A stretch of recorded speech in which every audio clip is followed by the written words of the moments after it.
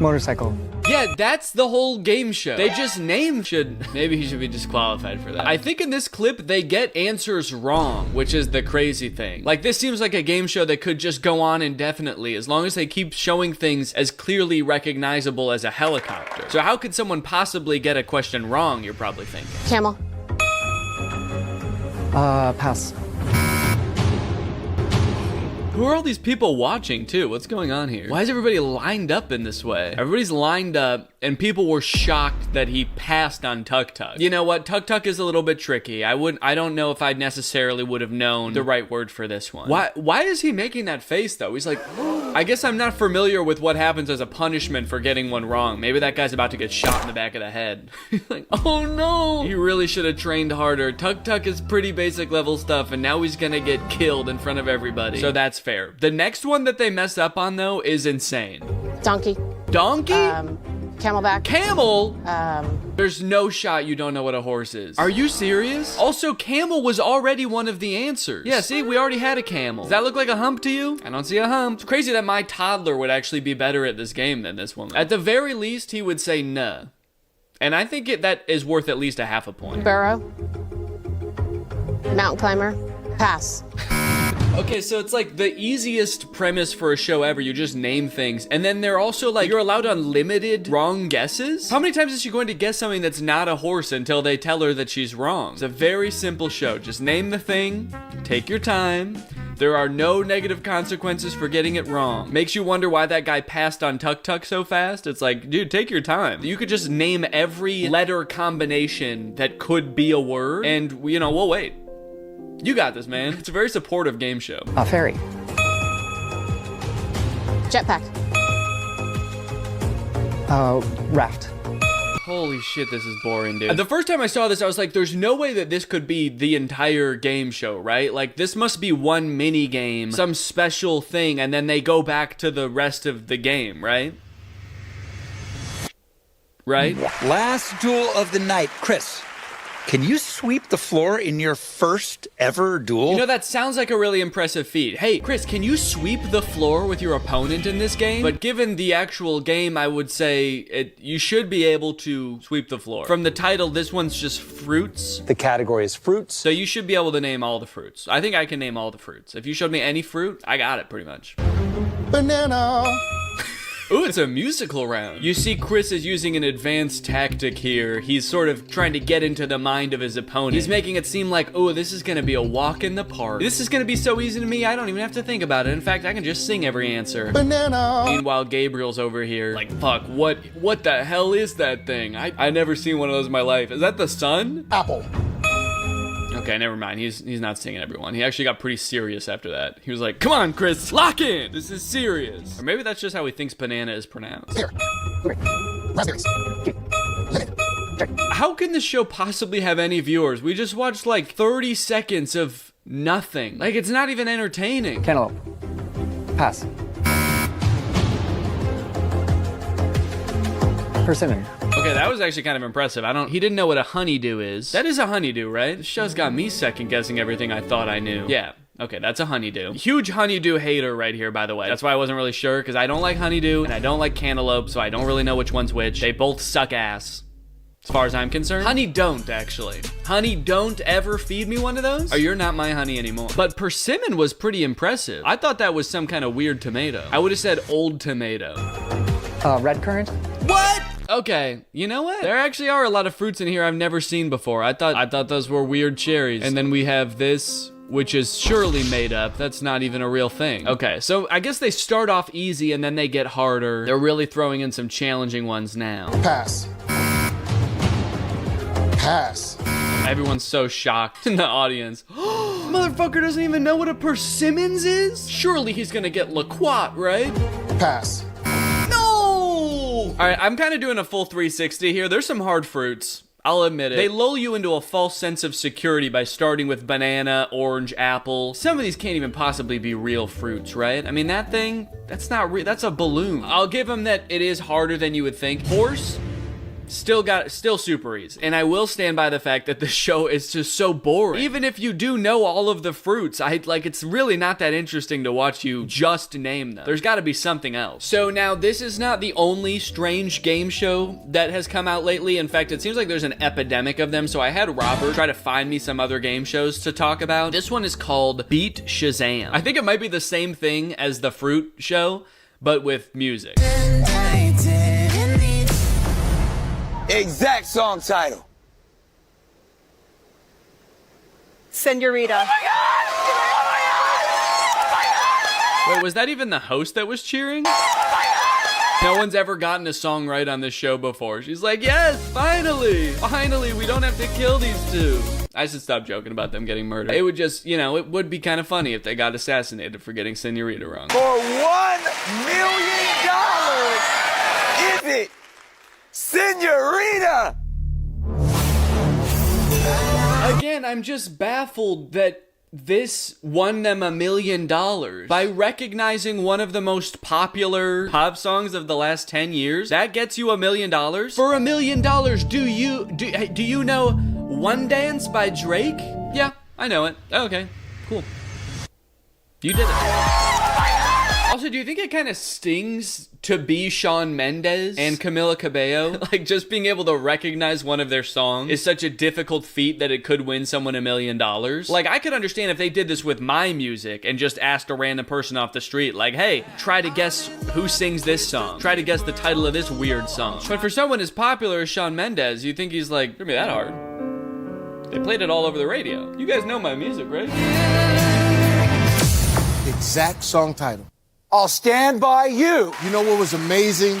Looking in your eyes, John, and watching you dig that out. They're trying to make you think that that was interesting to watch because nothing really happened. It was just like a guy thought and then said something. And Jamie Foxx is like, that was so crazy. It's like we could actually see what was going on in your mind. There was a whole thing going on. We so well saw it. So incredible to look in your eyes as the name of this song immediately popped into your memory. No thought was required. And then you said it with your lips. That was crazy. Your lips moved and everything. All right, now we've got another game show called Fast Friends. You're all here because you're super Friends fans. Wow, so it's like they finally made a show that people who like Friends would enjoy.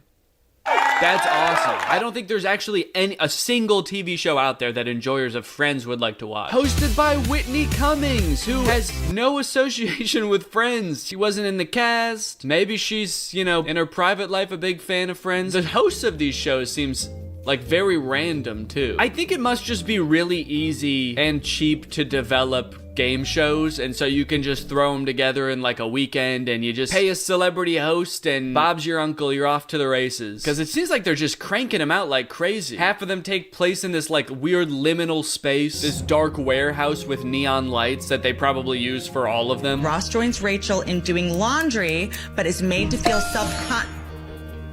The one at the laundromat? I'm sorry, that is incorrect. Why do all the contestants seemingly know nothing about Friends? They like brought on people who actually know nothing about Friends to compete on the show. He hits the buzzer and he's like, I don't know. What the fuck is Friends? Is that a show? Is that a movie? So The one with the German laundry detergent? we're gonna let you have this one. They just got so tired of the wrong answers that they were like, yeah, sure, man. Sure, that was it. I guess it makes sense that they're getting them wrong. I feel like there's only so much Friends trivia, and I feel like everybody knows a lot of Friends trivia, at least like any like casual watcher of Friends, that you have to get like really niche questions, like asking the exact wording of titles of obscure episodes. But then you invite people on and they're not gonna know that because nobody knows that. Okay, next show. Are you smarter than a celebrity? And this trailer is from 4 months ago, so this must be a pretty new show. Hello, everybody. I'm Travis Kelce, and welcome to Are You?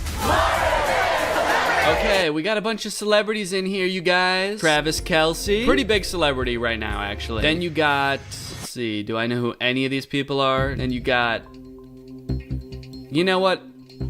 I don't know a lot of celebrities anyway. I don't know why I was gonna pretend to be like, look, they don't even have any big celebrities. These could all be like really famous people. Oh, I know Lily Singh from the show.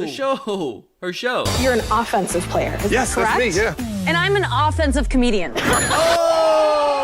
Say something offensive right now. Do it. Say something crazy offensive that would get you canceled. Do it right now. I always find that I'm underwhelmed by the caliber of celebrities that they get on shows like this. That like anytime there's like something celebrity edition, it's always like, sure, they're people who work in the entertainment industry, but get like a real like famous person in there, you know? Get Justin Bieber in there. Get the Pope. Get Joe Biden in there. I want to know if I'm really smarter than Joe Biden. I want to know if I can, quite frankly, name fruit better than the Dalai Lama. Let's see what Lily puts. Do we have to? Yes. Okay, so like, Haiku, Ireland. so like, Not only did Lily Singh guess haiku as being the name of an Irish town, is that correct? What type of 5-line poem shares a rhyme scheme with a town in Ireland? Okay, so it's a type of poem and a place in Ireland. Probably like Limerick or some shit. All right, now I gotta look it up. Limerick, Ireland, let's go. I knew it.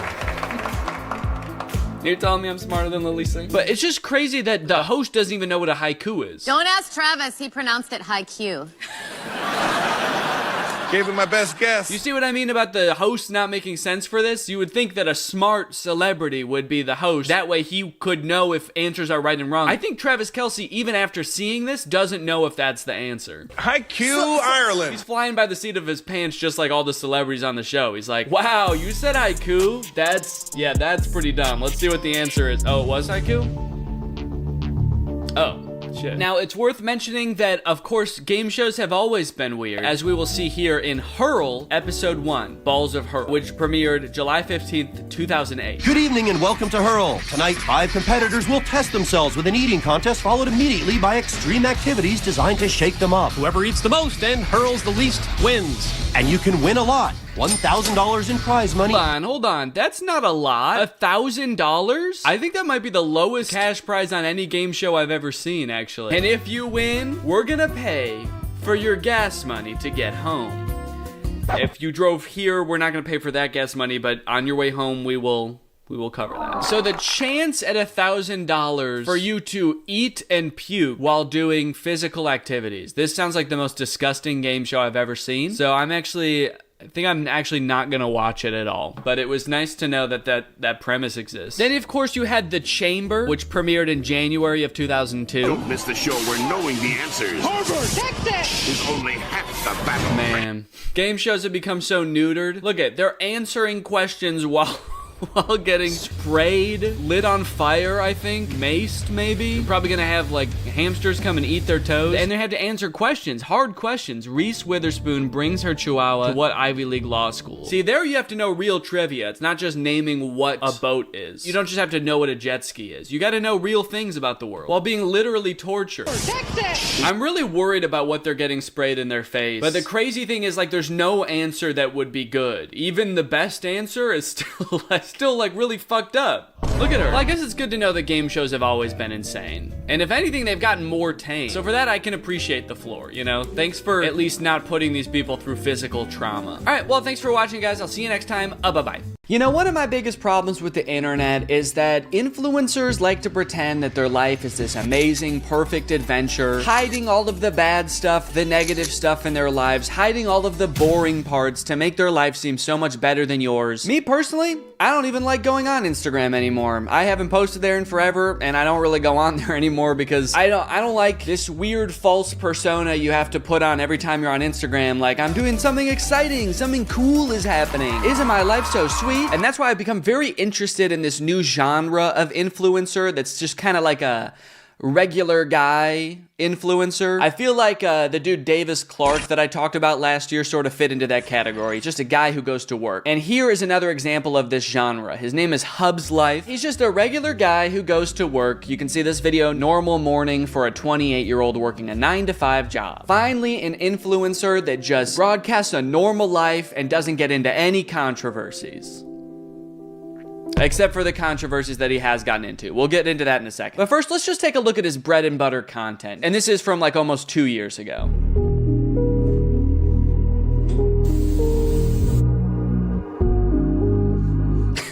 My normal morning routine. I spray my hair with hairspray. I comb my eyebrows. Actually, is that a normal thing to do? I don't really do that. If one's astray, I'll kind of put it back in place, but I don't comb. Okay.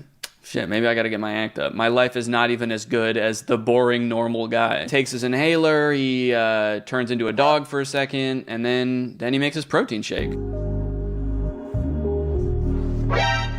I like that the vibe of this is kind of like, look, you don't need to have this crazy exciting life to, you know, have a fulfilling life. You can just be a normal dude who goes to work. Social media is lying to you. I'm happy. And then he lowers his laptop into his backpack so slowly and sadly. Also, you didn't have to add the sad music to it too. What exactly are you trying to convey here? Listen to this music he added.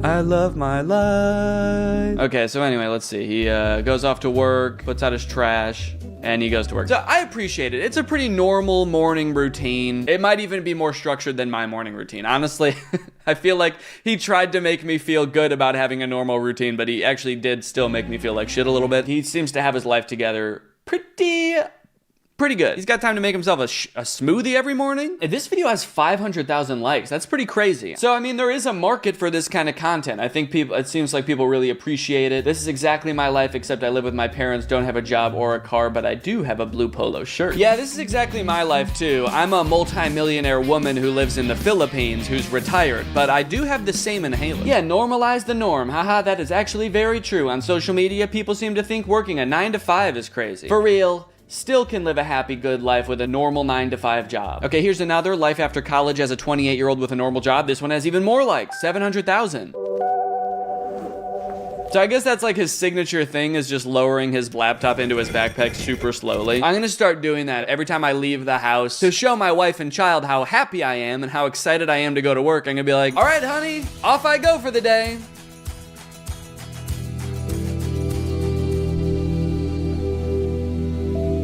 Head to my 9 to 5, employee benefits. Ooh, he's flexing his benefits, okay. And look at him, he's just, he's working in a normal looking cubicle, and he's eating leftover Jersey Mike's. But I guess even like a year ago, he did have some controversy. So this article is from April of 2024. A Texas-based office worker has gone viral thanks to his upbeat videos. I don't know if I'd go that far. Were they upbeat? Was I missing something? Showing his normal life, including his office routine, his recreation time, as well as his vacations, has divided the internet. So I don't know what could possibly be so divisive about this content, aside from, I guess it is kind of boring by nature, but that is the point. The TikToker in question is 29-year-old Connor Hubbard, who posts online as Hub's Life. Many see Hubbard's life to be unbearably mundane, leading one ex-user to joke that the vlogger was stuck in the Matrix, while others see it as normal and fulfilling. Honestly, it really would suck to put your life online, you know, and share so much about your personal day-to-day activities with the premise that, like, hey guys, my life is okay too.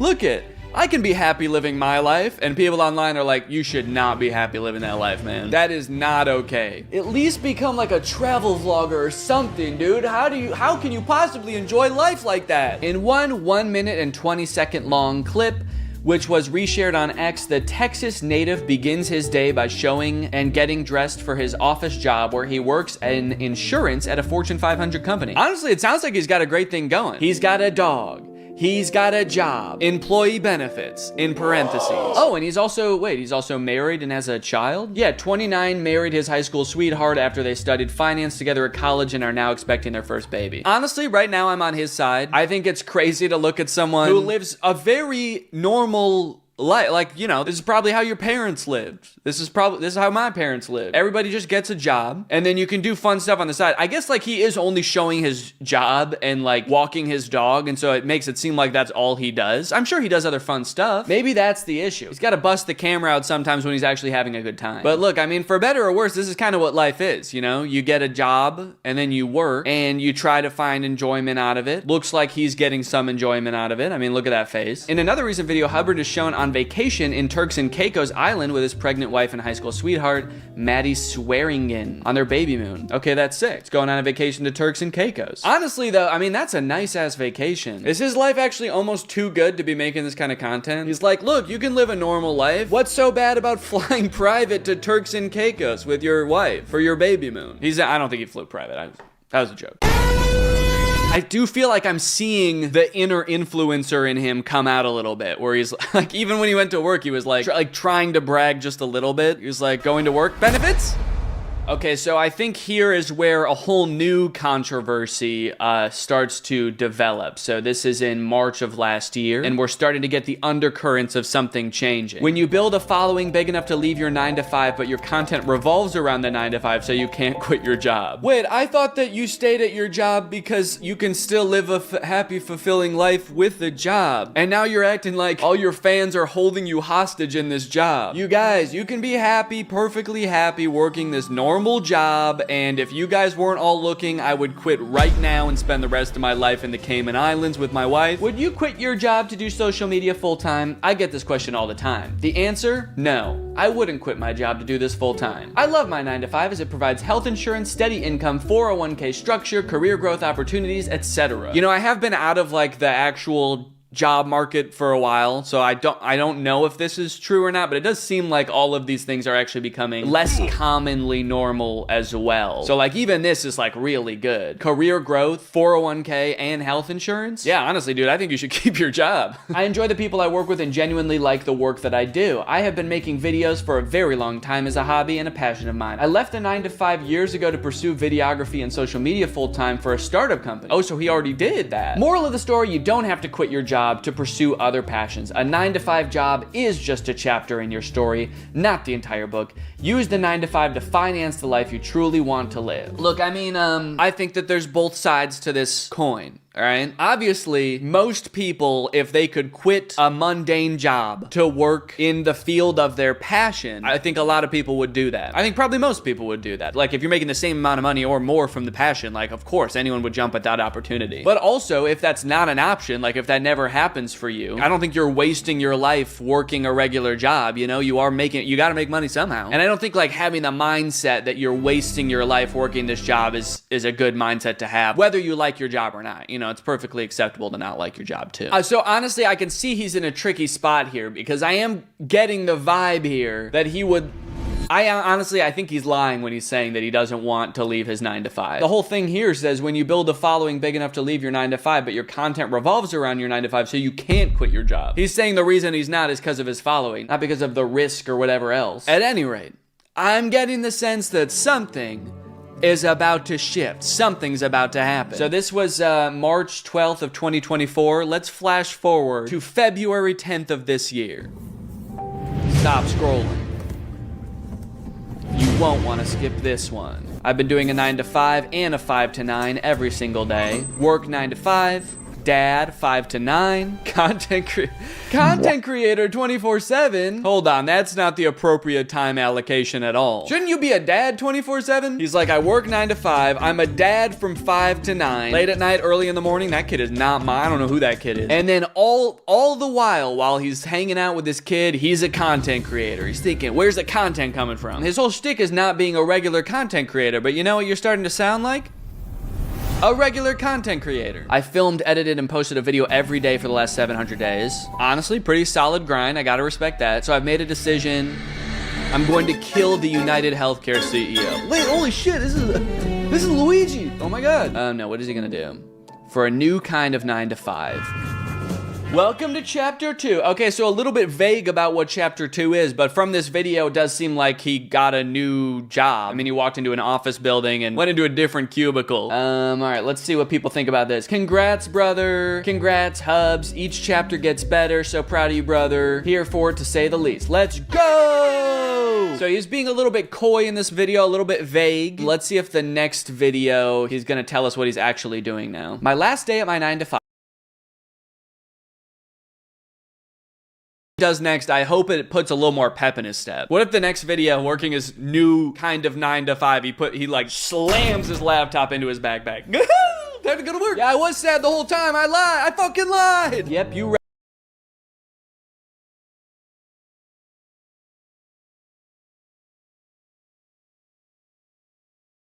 also being a dad for 4 hours and becoming a new dad on top of that. Okay, I'm joking around about the dad thing just because he said that he's only a dad for 4 hours.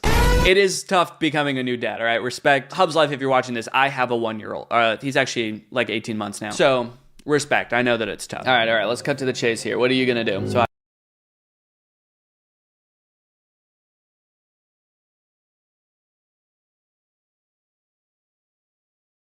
Come on, dude, tell us what the new 9 to 5 is. He is being really vague about it. He posted even another video, chapter 2 begins, and people are still commenting, what's the new job? I am genuinely so intrigued on what this new job, it does seem like he's trying to hide what his new job is, which I feel like I'm starting to get a sense of what the new job is after he said I would never quit my 9 to 5 to be an influencer, and now he's quit his 9 to 5 and is like, this is a new, different kind of 9 to 5 that I just made up. No one's ever done this before. And the comments are like, oh, sick, can you tell us what it is? And he's like, how about a video of me shooting a milk jug into the garbage can? Okay, so this is his new type of 9 to 5, unpack. Love to see that he's still doing it super slowly. Made a to-do list and check emails. Edit YouTube, okay. Edit YouTube day in the life, lunch. Okay, so I think it's pretty clear from this video, he was editing during the work day. I think it's pretty clear he quit his job to be an influencer, right? So let's see, people responding under this. What's the new job? Editing his own videos in a WeWork space. So he's like renting an office cubicle. That way he has his own space to do his influencer type of work. And honestly, like I said, I think that he put himself in a very tricky situation. I don't think that there's anything wrong with having a passion and then, you know, once the passion starts to pay the bills, pursuing that full time. Is there a bit of cognitive dissonance there? Being like, look, the regular 9 to 5 life, normal 9 to 5 life is fine and you can live a fulfilling life, and then quitting that to go pursue being an influencer? Yeah, there is, but I also think, like, you know,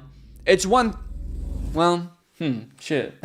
I don't know. I think you can do both things at once. I think you can say it is possible to live a fulfilling life doing the 9 to 5 thing, but also your life would be way fucking better if you did social media full time, dude. How I go and knowing everybody knowing that I'm so they can't be in with me, they join. Others sworn under oath. Whoa, okay. I feel like he's enjoying life a little bit more now, though. I mean, the music is bumping. It's a T.I. song. On the way home, he picked up some beers and used a funny little face filter. The reason that I've found out about this is because some of his shorts were coming up in my YouTube feed, and I was seeing that he was commenting back to people. So I started to see these a couple weeks ago, and at first when he started debuting his chapter 2, people were commenting, everyone thought you were going to do YouTube full time. Congrats on the new job, and I respect your dedication to greatness. So, you know, his vague videos of him just working in an office, people thought, oh, okay, he didn't quit his job to be an influencer. He got a new 9 to 5. Hub's Life responded, appreciate it. YouTube will always be part of my life.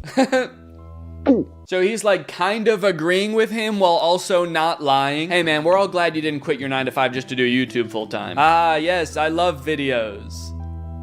Here's a video of him showing off his new 9 to 5 again, working in the office, editing his videos and whatnot, pursuing his new kind of 9 to 5. I do take a little issue with him phrasing it like he invented being an influencer. So I thought of this idea, right? What if I vlog my life and then I edit those videos and I make money from that forever? This person commented, having an actual 9 to 5 is what made people connect with your videos. Definitely doesn't feel the same documenting an influencer lifestyle, but seeing you have kids, it makes a lot of sense to quit your job to focus on them. It's a job in and of itself. I'd do the same. And then someone commented under that, he's renting a cubicle to pursue content creation, leaving the 9 to 5, which he preached about so much, and why he had followers. His whole channel is hypocritical now. And then Hub's Life responded to that comment saying, why are you crying, little bud? And then someone different responded to that, that's not very nice. And Hub's Life responded to them, cry?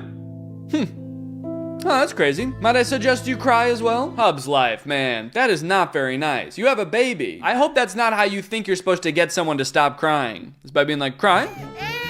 You crying, little bud? So I was more or less on his side, you know, at least in regards to, you know, what I do the exact same thing. Yeah. I don't know that I would be in my own comments arguing with people about it. See, that's kind of rubbing me the wrong way a little bit. Next, he's gonna be commenting back, you're just mad because you're broke and working a dumbass 9 to 5. Don't you know you can't be happy working one of those? Why don't you go slide your laptop into your backpack slowly, you fucking loser? A day in my life trying to make $1,000 a day as a full-time content creator. Okay, I was worried we were gonna get a shot up his robe. He was like, step 1, OnlyFans. Start day with a walk to clear the mind.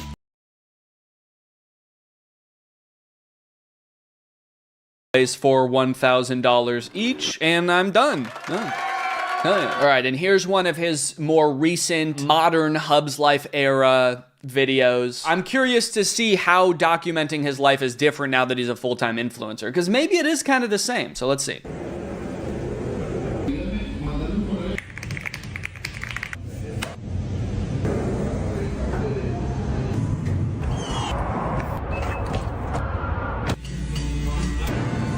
You know what? I'll give him this. He is able to take his new job, which most people sounds very exciting, being a full-time influencer, working for yourself, and make it still look super boring. So I'll give him that, you know? To be fair, honestly, you know, I'm a full-time YouTuber. I don't know if you guys knew that. This job can just feel like a regular office job at times. There's a lot of answering emails. There's a lot of typing away on my computer. Obviously, it comes with some immense benefits. I work from home. I set my own hours. My wife and child are upstairs. I can go hang out with them anytime I want. But for the purposes of just documenting it and, you know, trying to maintain that look of a normal lifestyle, I feel like he can still do that. There's just that little hint of like, did you not mean anything you said earlier? That I think is rubbing people the wrong way. So I don't know. I'm curious what you guys think of it. Again, I'll be the first to admit I haven't been in the workforce for a while. I don't know what it's like. So would you do the same thing? Should he have just pretended he still worked at his old job and never even said anything about quitting his job? Maybe that's what he should have done, actually. He should create a set of his old office and just pretend he works there forever. In like 30 years, he hires actors to throw him a retirement party. That'd be crazy. Hub's life.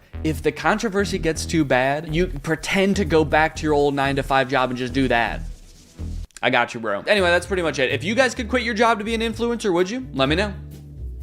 Bye. What's up, Greg? I was not expecting to make a video today, but I've been getting so many DMs about this situation that I had to stop what I was doing. I had to put down the very important things that I was doing to sit down and make an emergency video. This is an emergency video, folks. Literally like 90% of my DMs have been about this for the past 2 days, so I had to come on here and let everybody know that Merge Mansion, the game whose ads I've made a few videos about, has gotten Pedro Pascal in an ad. I am making this video to let you all know that Pedro Pascal is in a Merge Mansion ad. Actually, he's in 2. So you guys probably remember I made a video on this channel about Merge Mansion in the past, and then I actually made a second one on my second channel that probably not all of you have seen, when they got Kathy Bates to play the live action version of the grandma in their ads. If you don't know, Merge Mansion is like this home gardening fixer-upper type game where you inherit an old mansion, I think, and you're like upgrading it and you're doing gardening and stuff like that. But then also all of the ads have this like murder mystery element to them, and I don't know if the game has that in it. I still refuse to play the game. I'm not gonna play it. I don't want these ads to work on me, all right? My mind is an impenetrable fortress today, okay? I'm not falling for these ads. I see ads like this where a company is trying something fun and exciting, trying to shove their game down my throat, and I say, no, I'm not falling for this advertisement. I'm gonna see a commercial for Coca-Cola and then drive to the gas station and make an impulse purchase like a normal person. Anyway, I'll show you the first of the ads now. It's called A Twisted Game. Honestly, I don't even know where to start.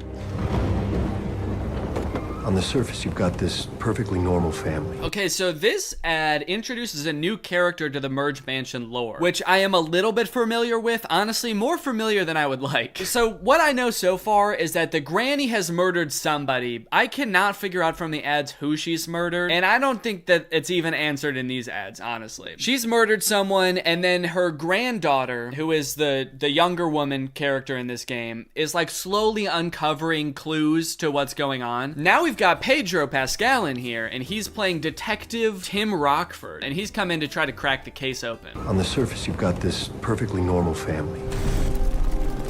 A young girl, her grandmother.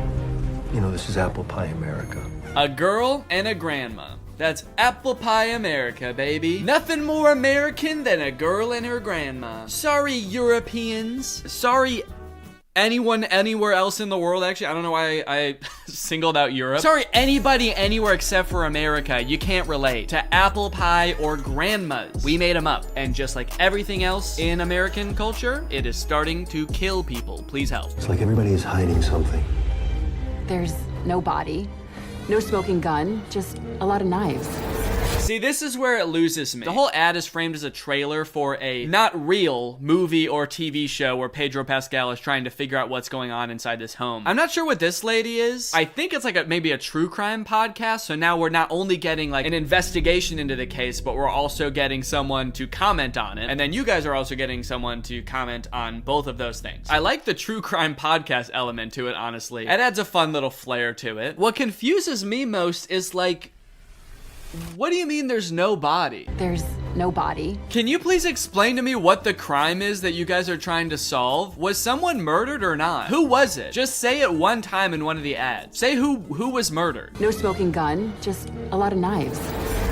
No murder weapons, unfortunately, just a shit ton of knives. So unfortunately, nothing suspicious has been found yet. Just a freakish obsession with knives, and not cooking knives. These are knives that are sold to be weapons. There's no body, no smoking gun, just a lot of knives. The fact that she's like, there's no smoking guns, it's just knives, makes me think that by like no body, she also means like, we can't find a body. The only thing we found is this skeleton. Super confusing. I'm worried that people are gonna think that I'm like sponsored by Merge Mansion by keep continuing to make videos about Merge Mansion. I'm not, okay? I'm not gonna play this game. I would be lying if I said that my curiosity wasn't piqued at least a little bit by this ad, because I'm like, who died? Who died and how did they die? How is knives not evidence? There's knives everywhere. They find them on every surface in this house. That's not evidence? Is the investigation to figure out if there even was a crime? Can you call 911 to be like, hey, a crime happened. Can you come figure out what it is? I don't know. I feel like I've been victim to some sort of injustice. I'm not sure what, but there's knives everywhere. Please come. That'd actually be an insane new genre of YouTube videos. You've heard of BuzzFeed Unsolved? How about BuzzFeed Unfound? We haven't even found the crime yet, let alone solve it. Okay, here's the next ad. It's called Think Like a Grandma. I was finally in,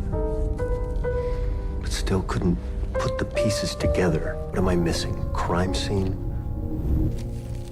Weapon? You're missing a crime, I think. I still couldn't put the pieces together.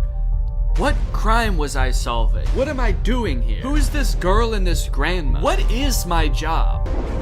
To catch a grandma, you have to think like a grandma. Oh shit, okay, so that looks like some evidence there. A boiling pie? So maybe there was a crime committed, I admit it. Maybe somebody was murdered and then Granny made a pie out of him. Good old apple pie America, you know? You got loving granddaughter, murderous grandma, and pie grandpa. Nothing more American than that, baby. God bless America.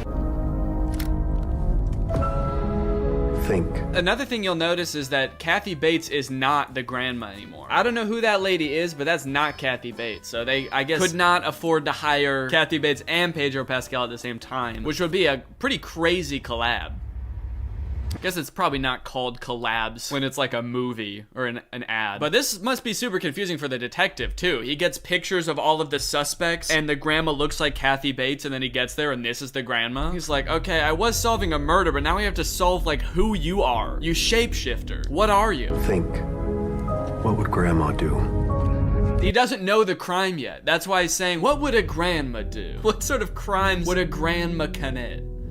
Tax evasion? Turning her husband into a pie? Maybe they just live in a small town where literally nothing is going on. And so he's like, I'll put police tape up at some old lady's house and harass her. Sure, what the hell? Just try to figure out what crime she may have committed in her past.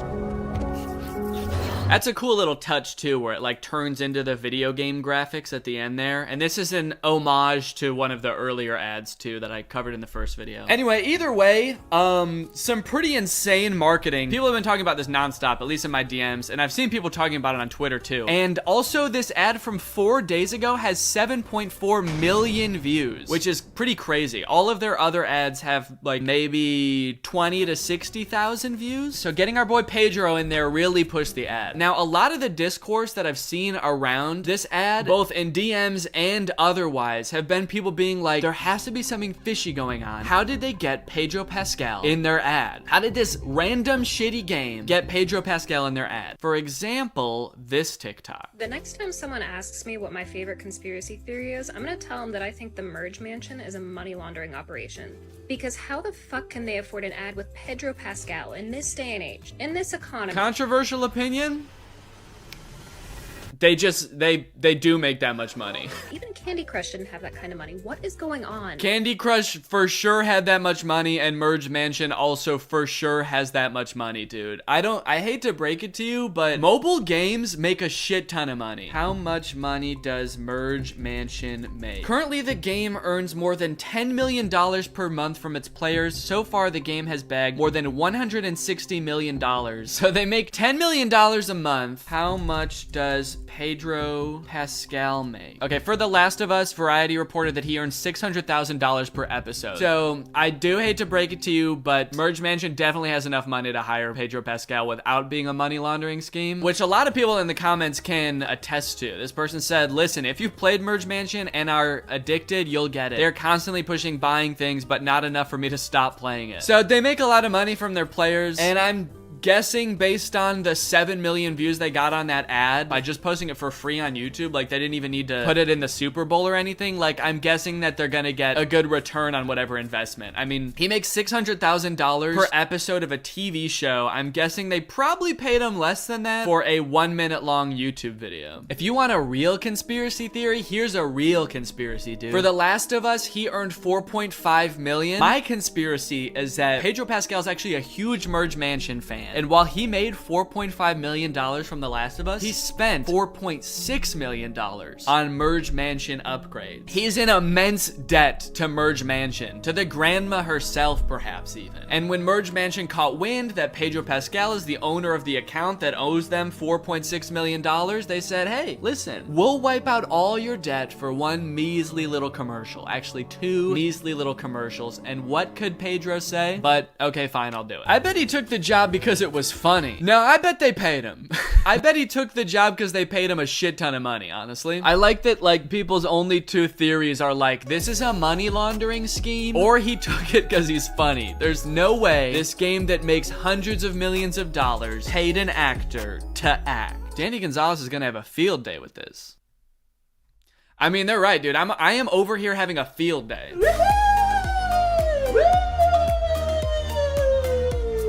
You guys may remember a few years ago when I tried to make a viral TikTok song. So I made up a fake musical artist, I disguised myself so that people wouldn't know it was me, and I released a song under a pseudonym, Fox Season. But despite me disguising myself to the best of my abilities, it did not work. Everyone knew it was me right away, and I was humiliated. Well, did you know that that entire thing has actually happened before, but instead of with me, it was with one of the biggest musical artists of all time?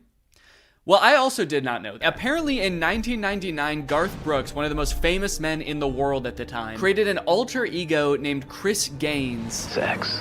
That's the greatest thing about being a musician. And started releasing music under this name. Why did he do that? Well, we're gonna get to the bottom of that today. See, I'm actually not super familiar with this story. I'm gonna be learning about it at the same time as you. I've had a special team of content curators, which consists of one guy. His name is Robert.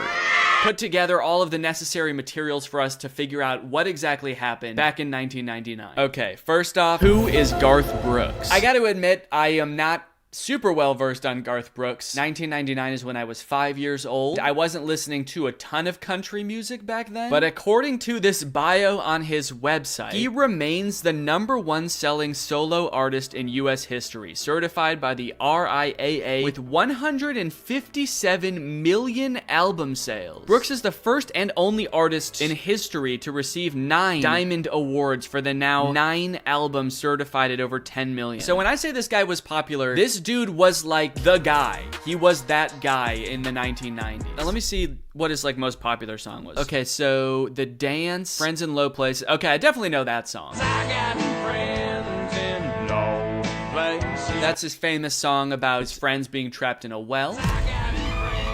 Also, Garth Brooks' website is insane, dude. I'm trying to read his bio, and there's like a laser light show going on in the background. What is this? Makes it so hard to read. I started getting dizzy when I opened this website. Garth Brooks, you gotta hire a new web designer. Maybe he doesn't want people to read his bio because he's embarrassed about the whole Chris Gaines thing. Okay, then Robert says, then in 1999, at the height of his stardom, Garth Brooks took one of the weirdest swings a pop star has ever taken. Who is Chris Gaines? Barf Brooks. Garth Brooks' alter ego explained. And there's a picture of him. Yeah, so a big part of this apparently is his disguise. So hold on, let me show you what Garth Brooks actually looks like. This is Barf Brooks, and this is Chris Gaines. Very clearly a country singer, very clearly not. Is he wearing colored contacts too? Okay, maybe we'll learn more about the disguise later, but let's get into the article. Many artists, regardless of their respective mediums, do sometimes decide to attempt a change of pace when it comes to the art they put out there in the world. Photography photographers might decide to switch things up by going from black and white imagery to vibrant color for once. That's funny to use a photographer as an example, because like imagine you hired a wedding photographer and they show up and insist on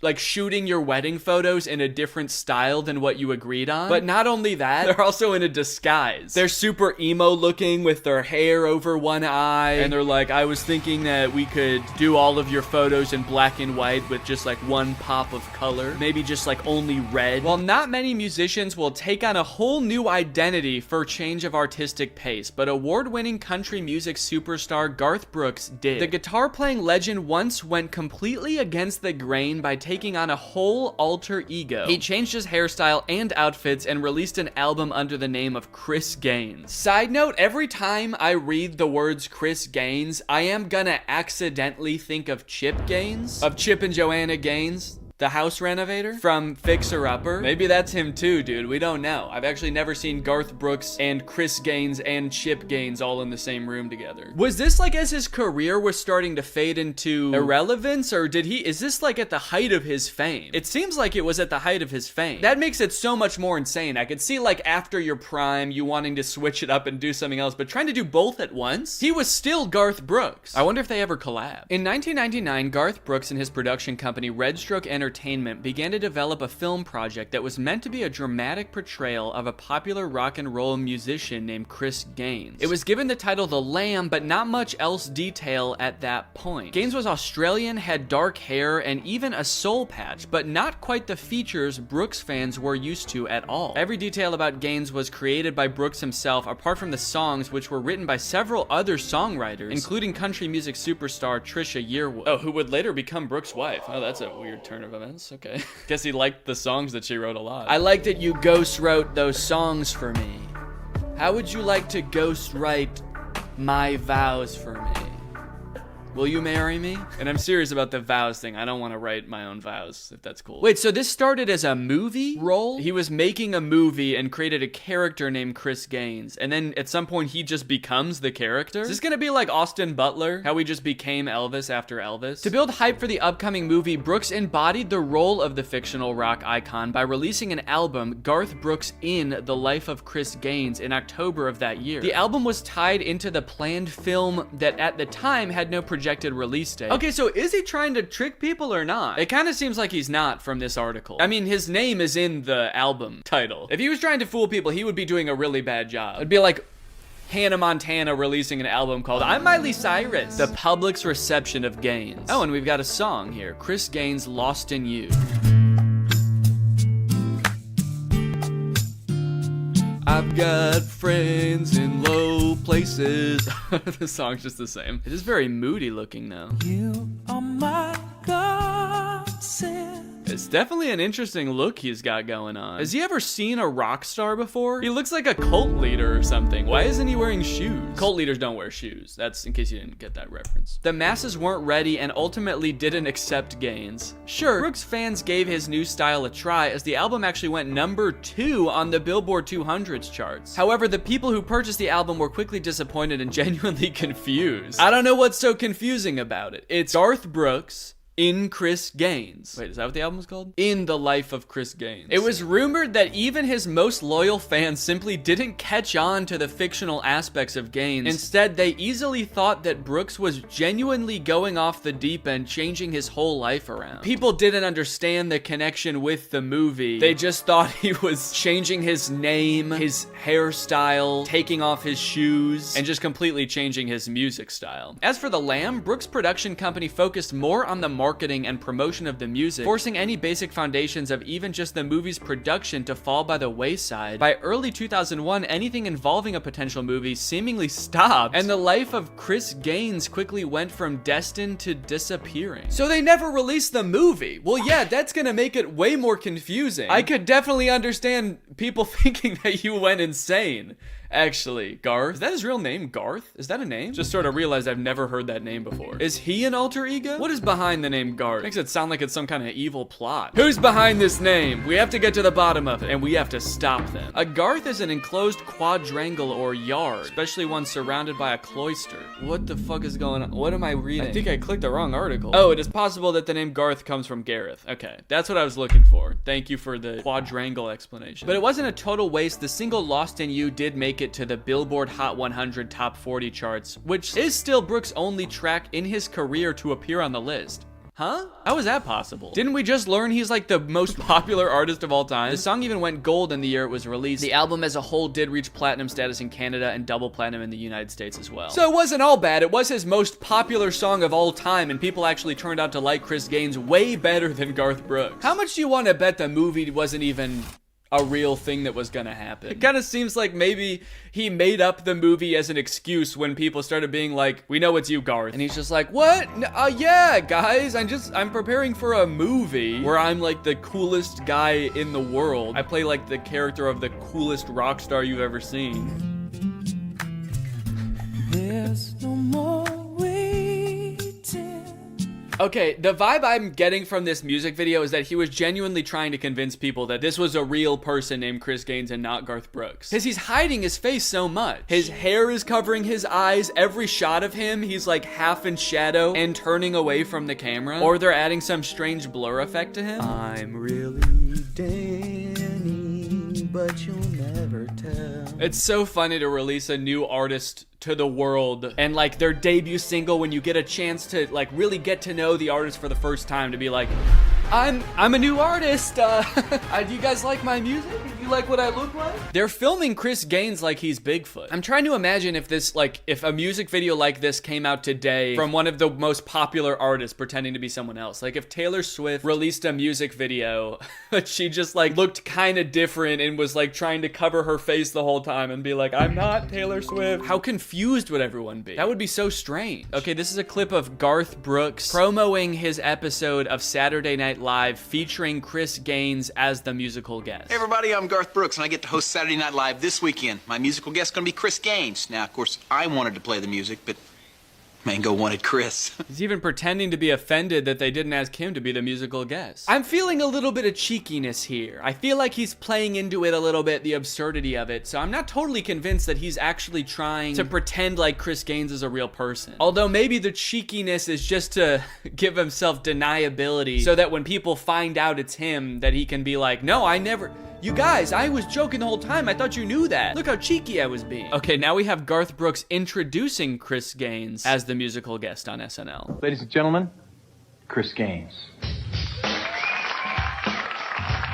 Wait, how did they do that then? Was this part filmed before and not actually live? That way he could be in costume the entire time?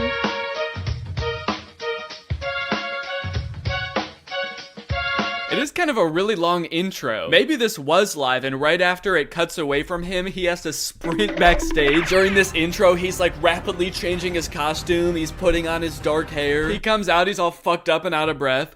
Guys, I'm Chris Gaines. Okay, here he comes.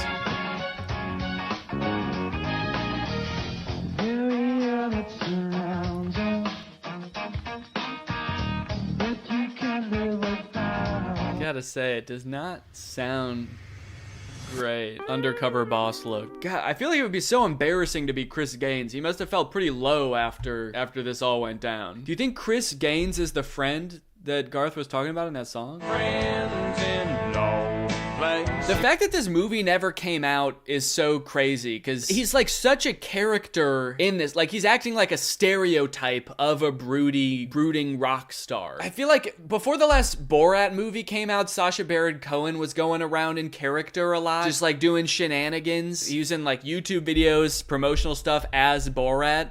Imagine if Borat just never came out. Everyone's like, Okay, so I guess that wasn't for anything. That was just for him. Okay, now we got another article called Chris Gaines' backstory is all kinds of tragic. Chris Gaines may well be the most elaborately documented country star who doesn't actually exist. The tortured rock and roll alter ego of Garth Brooks, Gaines had his heyday in the late 90s with the 1999 release of Garth Brooks in the Life of Chris Gaines, a greatest hits project that culled songs from many albums he'd released on Capitol Records, all of which were fictional. Wait, did he release music as Chris Gaines before this album, before admitting it was Garth Brooks? And okay, did I totally misunderstand that? I gotta look up Chris Gaines' discography now. I go to Chris Gaines' Wikipedia page and it's like, Chris Gaines is a type of quadrangle or yard. Okay, so Garth Brooks in the Life of Chris Gaines is the only album that Chris Gaines released, but the single for that album, Lost in You, was released earlier than the album, but it still says Garth Brooks as Chris Gaines even on the single. Again, I can still understand why people would be weirded out with this, having no knowledge of a movie in the works. Definitely does seem like a weird thing to do. When it comes to the Chris Gaines project, it's tough to separate fact from fiction. Don't think it's that hard. I think Garth Brooks is the real one. Chris Gaines is the fake one. Are they suggesting we're not sure? He might have been Chris Gaines the whole time and Garth is the made up one. We still don't know what is behind Garth. As intricately detailed as Gaines' musical exploits are, his backstory is just as fleshed out, and the details of the singer's life are as tumultuous as they are plentiful. Okay, so they like made up a whole fake backstory for him? For example, his dad died after a prolonged battle with cancer, leading Gaines down a path toward a debilitating sex addiction. That's not all. Gaines' home was burned to the ground by arsonists, and he was betrayed and financially extorted by the manager who helped launch his career, whom he also slept with in the throes of his sex addiction. How crazy would it be if like the person perpetrating all of this betrayal and financial extortion was Garth Brooks in this made-up backstory? He just accidentally makes himself out to be this huge asshole. The list goes on. Gaines nearly lost his life in a car crash that had severely injured his face, ultimately permanently changing the way he looks. Maybe that's why he's covering his face with his hair all the time and doesn't want to be seen by the camera. And perhaps most centrally to the torment that plagued his career, he lost a good friend and musical partner named Tommy in a horrific plane crash. Has anything bad not happened to Chris Gaines? Like, we get it, he makes dark music, so it makes sense for him to have a dark past. You don't need to throw everything in there. What was this movie gonna be? Just a series of bad things happening to this guy. Sounds like a miserable movie. If Gaines were a real person and his life had truly taken place, it would be tragic. But as a fictional narrative, it's a testament to how hard Brooks and his collaborators worked on every detail of the Chris Gaines project. Yeah, it seems like they worked really hard Googling worst things that could happen to you and then just shoving them all in the script. When Brooks first debuted Gaines' work, some fans hailed it as a great rock and roll joke, while others were puzzled. Probably the worst reception you could get for a new piece of art you put out into the world. You wake up the morning of your album's release and ask your manager, what are people thinking of it? Are the reviews in? Your manager's like, yeah, well, you know, some people think it's a joke, but other people are confused. So, you know. Pitchfork gave it 2 question marks. So apparently VH1 made a behind the life of Chris Gaines, acting like Chris Gaines was a real person, where they go through like his tormented life. And it's 40 minutes long. Oh my God. I think this is also the worst quality video on YouTube. It's crazy. Chris Gaines' solo career took him to the top of the charts. Then his manager took him to the cleaners. I turned Chris Gaines from a nobody into a superstar. They even interviewed the manager who financially extorted him. That's crazy. I remember going over to Chris's house. He was packing and... They have like fake friend interviews, fake manager interviews. He was trying to make Chris Gaines real. He was. It's weird because it's like he's trying to play it off as a character and real at the same time. Part of me feels like if it worked and no one like called him out on it, he was just gonna become Chris Gaines and act like Garth Brooks never happened. Okay, so there's a video of him from 2023 talking about it. So let's see what he has to say in hindsight. And now when people speak of the Gaines Project, all they talk about is the music. I like that. Yeah, of course you would. No one's talking about the insane thing that I did, just the music. Just how I like it. The Chris Gaines project, if you just left it alone with all the shit it went through, if you just left it alone, the music was eventually going to start speaking. I liked it. It's like, also just leave it alone for a long time. Eventually you'll like it. Everyone stop talking about, stop making fun of me for a little bit, and then the music will speak for itself. The Chris Gaines project was Chris Gaines' greatest hits. Technically, those songs had to come from previous albums. Yeah, just 5 of them. So what are your thoughts on revisiting that? The 5 albums have to come out. The 5 albums have to come out. Yo, the 5 albums have to come out. Okay. Could we finally get a Chris Gaines comeback season? During an extensive Q&A at Billboard Live, in conversation, the country star confirmed his intentions to release more music as the controversial character. Well, I, for one, am very excited and cannot wait for Chris Gaines to come back. And Chris, if you ever want to collab on a song, I know a really great up-and-coming musical artist named Fox Season who would love to work with you. All right. Well, that's it. I'll see you guys next time. Bye-bye. What's up, Greg? I hope you're having a great 2022. I know I am. Now that the new year's finally here, I know a lot of us have resolutions trying to stay healthy, both physically and mentally. A big one for me personally is I want to stop making fun of videos on the internet, just for my own mental health. I want to, you know, any sort of goofing around or being silly or making jokes online, I'm definitely gonna want to stop this year. So if you see me doing any of that, making fun of any sort of online content, please let me know. That would definitely ruin my year to break my resolution so early. So, you know, hold me accountable and do not let me do that. Okay, thank you. Anyway, today I'm gonna talk about this guy that eats balls. Fresh, raw testicle. That's right, baby. We're talking about the Liver King. If you don't know who the Liver King is, he's gained a lot of popularity in the past few months. He's got 1.4 million followers on TikTok, and he's come to prominence, I think, for the most part, due to his unorthodox lifestyle. His eating habits, his workout routine, his disdain for technology, even though he is famous on a phone app. But basically, this guy just sort of like documents his life and what he eats and stuff as he tries to live as our ancestors did. That's his big thing. He's the CEO of the ancestral lifestyle. Meat. In case you're wondering what the ancestral lifestyle is, it's meat, okay? Our ancestors ate meat. And balls. They ate testicles. Fresh, raw testicle. As you can see, he is absolutely jacked, shredded, ripped, chiseled, etc. And so a lot of people follow him for like health advice and workout tips and how to build muscle and stuff. And I thought it'd be great to watch this guy's videos since we're all trying to be healthy in the new year to get some health tips. So let's go ahead and watch what he eats on a Wednesday afternoon. Liver King here. It's Wednesday afternoon and we are breaking our 24-hour fast. This is how we break our fast on a Wednesday rest day after we did a successful simulated hunt. Did he just say that it's his rest day and that he just completed a successful simulated hunt? How is that a rest day? I guess I don't really know what a simulated hunt is, but he sounds out of breath at the start of the video like he literally just came from a simulated hunt. Liver King here. And it does not sound like, from how out of breath he is, that he has been having a relaxing rest day. Nothing more relaxing than just taking it easy every now and again, you know, with a good old rest day. Just kicking back, relaxing, and sprinting through the forest for 7 hours with a spear. Looking for a fake goose? I don't know what a simulated hunt is. He has kids. I wonder if he's like making his kids dress up in a like a deer costume and he's chasing them through the woods. We're gonna start with a protein shake, about 30 grams of protein. We got some full fat yogurt in here with some amazing concoction. Ask me about the recipe. Super vague. This is some amazing concoction. It's like he doesn't even know what it is. And this is some sort of amazing concoction. I don't know what it is. Just sort of appears at the foot of my bed every morning. It tastes disgusting, but it's the only thing keeping me alive. Ask me about the recipe. You're gonna absolutely love this. We got 10 ounces of bone-in, skin-on sardines. We have 3 ounces of fresh, raw testicle. Thank God the testicle is fresh and raw, you know? Otherwise that would be gross. If it was cooked testicle, that would be insane, dude. People would think you were crazy for wanting to cook a testicle before you eat it. Are you nuts? Are you?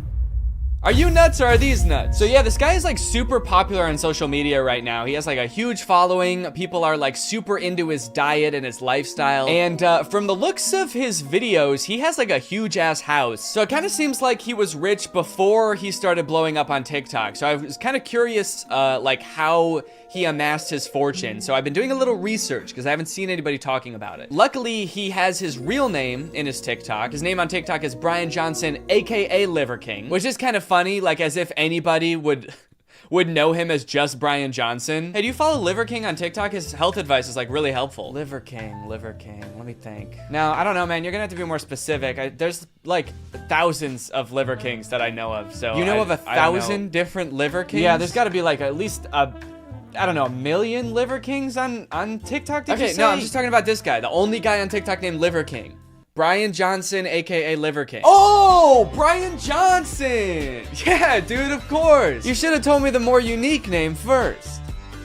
Brian Johnson. Anyway, I found out that our boy Brian has a LinkedIn, which I was a little bit taken aback to find, if I'm being honest. Like, this guy does not look like he should have a LinkedIn account. Like, just the thought of this guy, like, applying for a job seems like way too beta for this guy. Like, this guy just would, if he needed a job, he would just, like, walk in and start working somewhere. But anyway, he's got a LinkedIn, and it's all about how he owns a supplement company. He is one of the owners of Ancestral Supplements. I will preface this, I am not a health expert. I do not know how to be healthy outside of like eat vegetables. Okay, so take everything I say with a grain of salt, and maybe I'm a colossal dumbass. It's very possible. But like, weren't our ancestors like super unhealthy? Does the bubonic plague not ring a bell? The image I get of the past is just that like everyone was sick all the time. So naming it Ancestral Supplements is not super appealing to me personally. I mean, I guess I get what he's going for. It's like we want to go back to like before things were so heavily processed and stuff like that. That all makes sense. But when I think of our ancestors, I think like, take these supplements to be just like our ancestors. You'll be sick, you'll be dirty, and you'll die the second you're born, just like our ancestors. On their website, they have a bit of a story as to how he started the company. I'll read you a small passage and I think you'll get the gist. When my boys were tiny, around 2004-ish, they did not thrive. They were allergic to everything. Every doctor we took them to just gave us the same prescriptions for allergy medicines, Benadryl, and an EpiPen. All of those things do sound kind of useful to me, but I guess that's why I am not a liver prince. Also, they did not thrive is like the funniest way to say that like his kids had like serious health conditions. It almost makes it sound like it's their fault. They did not thrive. They were squandering their opportunity at life. They were just not up to the task. After reading Nutrition and Physical Degeneration by Weston Price, we took matters into our own hands, starting with organic, pasture-raised, and wild-caught nose-to-tail foods. Definitely would not recommend taking it into your own hands. I guess he just doesn't really describe what the issue is very well. He's just like, all the doctors prescribe the same things. Allergy medicines for their allergies, Benadryl, EpiPen for their allergies. Why are they all prescribing the same thing? It's almost like there's a medical consensus of like the thing that helps with allergies. I'm not really sure what taking things into your own hands by starting with pasture-raised foods is supposed to do. He's like, Dad, I ate a nut, help.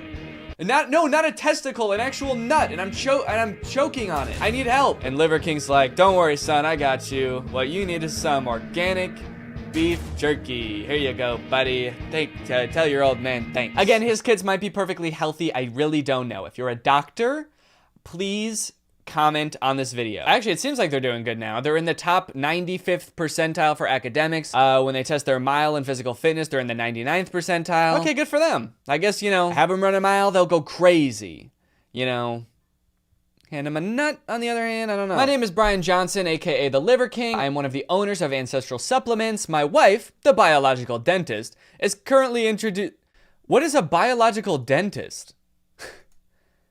Isn't that every dentist? She fixes teeth for like organisms, basically. She'll fix people's teeth, bugs' teeth, plants' teeth. The biological dentist. What could that mean? And my ex-wife, the cyborg dentist. Okay, my wife, the biological dentist, is currently introducing me to people as the Bear, even though I keep telling her that it's the Liver King. Holy shit, that's so funny. He already has a nickname. He made up a name for himself, the Liver King. And his wife is just like, no, you're the Bear. I'm gonna introduce it to everyone as the Bear. I already told my wife that it's the Liver King. That's like my whole brand. I go by the Liver King. She keeps introducing me to people as the Freak, the Monster, the Testicle Nibbler. All right, but I don't want you to get the wrong idea. He is really into his diet, and that's super important to him, but that's not the only part of living the ancestral lifestyle. This guy's big thing is living by these like 9 ancestral tenets that he follows, and a big part of that is how he sleeps. So this TikTok shows what kind of bed he sleeps on. Liver King here. This is how Liver King and Liver Queen sleep. You'll see that we have our little wool pads on top of these little wooden boxes that we made. It's just some plywood so that we can elevate the beds, especially in a high humidity environment so we don't get any mold underneath. And we have these thin wool pads that are just, I don't know, an inch or two.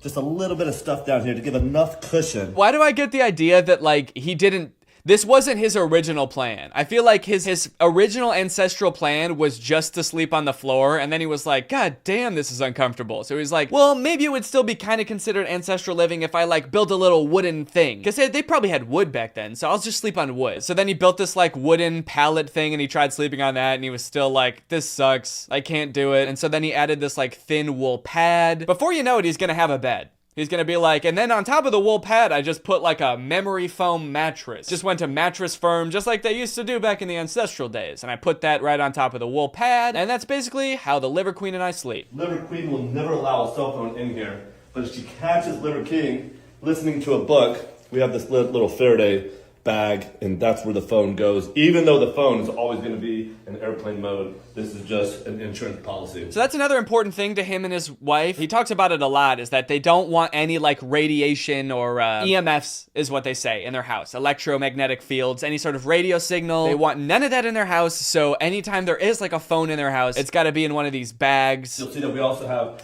Ethernet cables here. That's why phones or Wi-Fi is not allowed in the room. That's why that phone in your hand shouldn't be in here either, but this is for the greater good. Yeah, my wife doesn't even let me listen to a book in bed without putting my phone in a Ziploc bag made out of chainmail. But I'll make an exception just this once so that you guys can know how uncomfortable I am when I sleep and how my wife is afraid of phones. The people have to know, you know? They have to know that I need help. He is kind of throwing his wife under the bus in this scene, though. I'm starting to make me wonder if he likes any of this stuff, or it's like all his wife's idea. The walls are grounded, the floors are grounded, the ceiling is all grounded with grounding paint. And so this is really just a pristine sleep environment so that we can recover, rebuild, and restore to our optimal ability. Yep, we've really shielded the environment. We've made it the most serene, relaxing place you could possibly toss and turn all night on a wooden plank. I'm kind of curious how far back of like ancestors he's talking about. Like when was the ideal period for human health, I'm wondering. Just a little bit of stuff down here to give enough cushion to kind of mimic what our early ancestors would have done with some local plants. He says that like the wool on his bed is just to mimic what our ancestors would have done with like plants. So he's saying like our ancestors far back enough that they like just slept on like on the ground with like some like pine needles or grass. You know, guys, our early ancestors, they were really healthy. They were covered in fur, they ate bananas, our early ancestors. That's how I'm trying to live. I'm gonna build a tree in my house. I'm gonna swim into a volcano in the ocean to live like our earliest ancestors. Kinda wanna just live like a single-celled organism, if that's cool. Oh shoot, this is a workout TikTok. This guy's about to go super barbarian mode. I've seen a lot of people say this guy's on steroids. I don't know if that's true. I don't know how possible it is to get a physique like this purely naturally. But what I do know is that regardless, Liver King puts in work to get the muscle he has. Let's take a look at one of his workouts.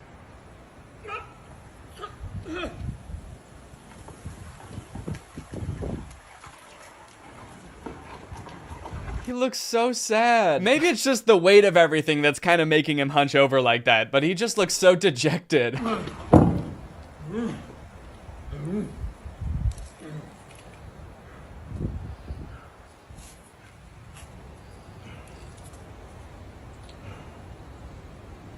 Is this part of the workout? He just breaks down crying. All right, guys, now I'm on the ground. And I'm still working out. I'm gonna do 10 sets of weeping. Why am I doing this? Oh! I just want to eat one candy. I just want one candy, please.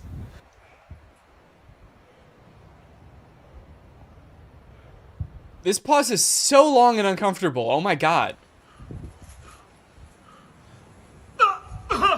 Okay, yep, no, I no longer think that this might be healthy. That was the saddest sound I ever heard. Jesus, dude. Brian, buddy, you don't have to live like this, man. And now I'm just gonna lift this shit back up. Yep, this is what you gotta do to be healthy, guys. This is the only way to live happy and healthy. You know, most people, if they wanted to sell you supplements, they would just like put an ad on Facebook or like take out a billboard or something. This guy's like, I'm gonna strap 1,000 pounds to my balls and walk up and down the driveway for 3 hours just to show you how happy and healthy I am. I'm gonna do that for you. The saddest part about this whole video is the end, because after that insane workout, you know where he's ended up? at his gym. Like, this was all just like a warm-up for his workout. I don't know if that's actually true or not. That might have been his whole workout. I just thought it was funny. I thought at the end he was gonna be like, okay, I'm done now. But he's just like arriving at the gym. Imagine showing up to Planet Fitness like this. Just screaming and crying, covered in weights. But I gotta hand it to him. This is just how our ancestors used to show up to the gym. The jungle gym. Liver King here with Liver Queen and Liver Boys. This is what we're having for our family dinner today. Oh, damn. He doesn't call his kids the liver princes? Shit. I wonder what the reason behind that is. Are the boys not thriving enough to inherit the throne to the liver kingdom? Liver king, liver queen. These are our little liver peasants. We have liver, of course, with breakfast, lunch, and dinner. We have bone marrow, Liver King concoction. We have some vegetables. That is a joke. And we have protein shake. Wait. What Liver King family have for dinner today. Oh, damn. Okay. It started to pan over to one of the boys, and the first plate you see is an empty plate. I was like, holy shit, is he not letting his kids eat? My boys, of course, are eating nothing tonight. They are not fit to eat like a king, so they will be simulating a failed hunt. So the main course here is just as a pound of raw beef. That makes me want to throw up. This morning, I was putting in the work, and I met another primal who was also putting in the work. And in honor of you, Mike, from Canada, for honoring the struggle of our early ancestors, and by helping to spread this message, this is for you. This set.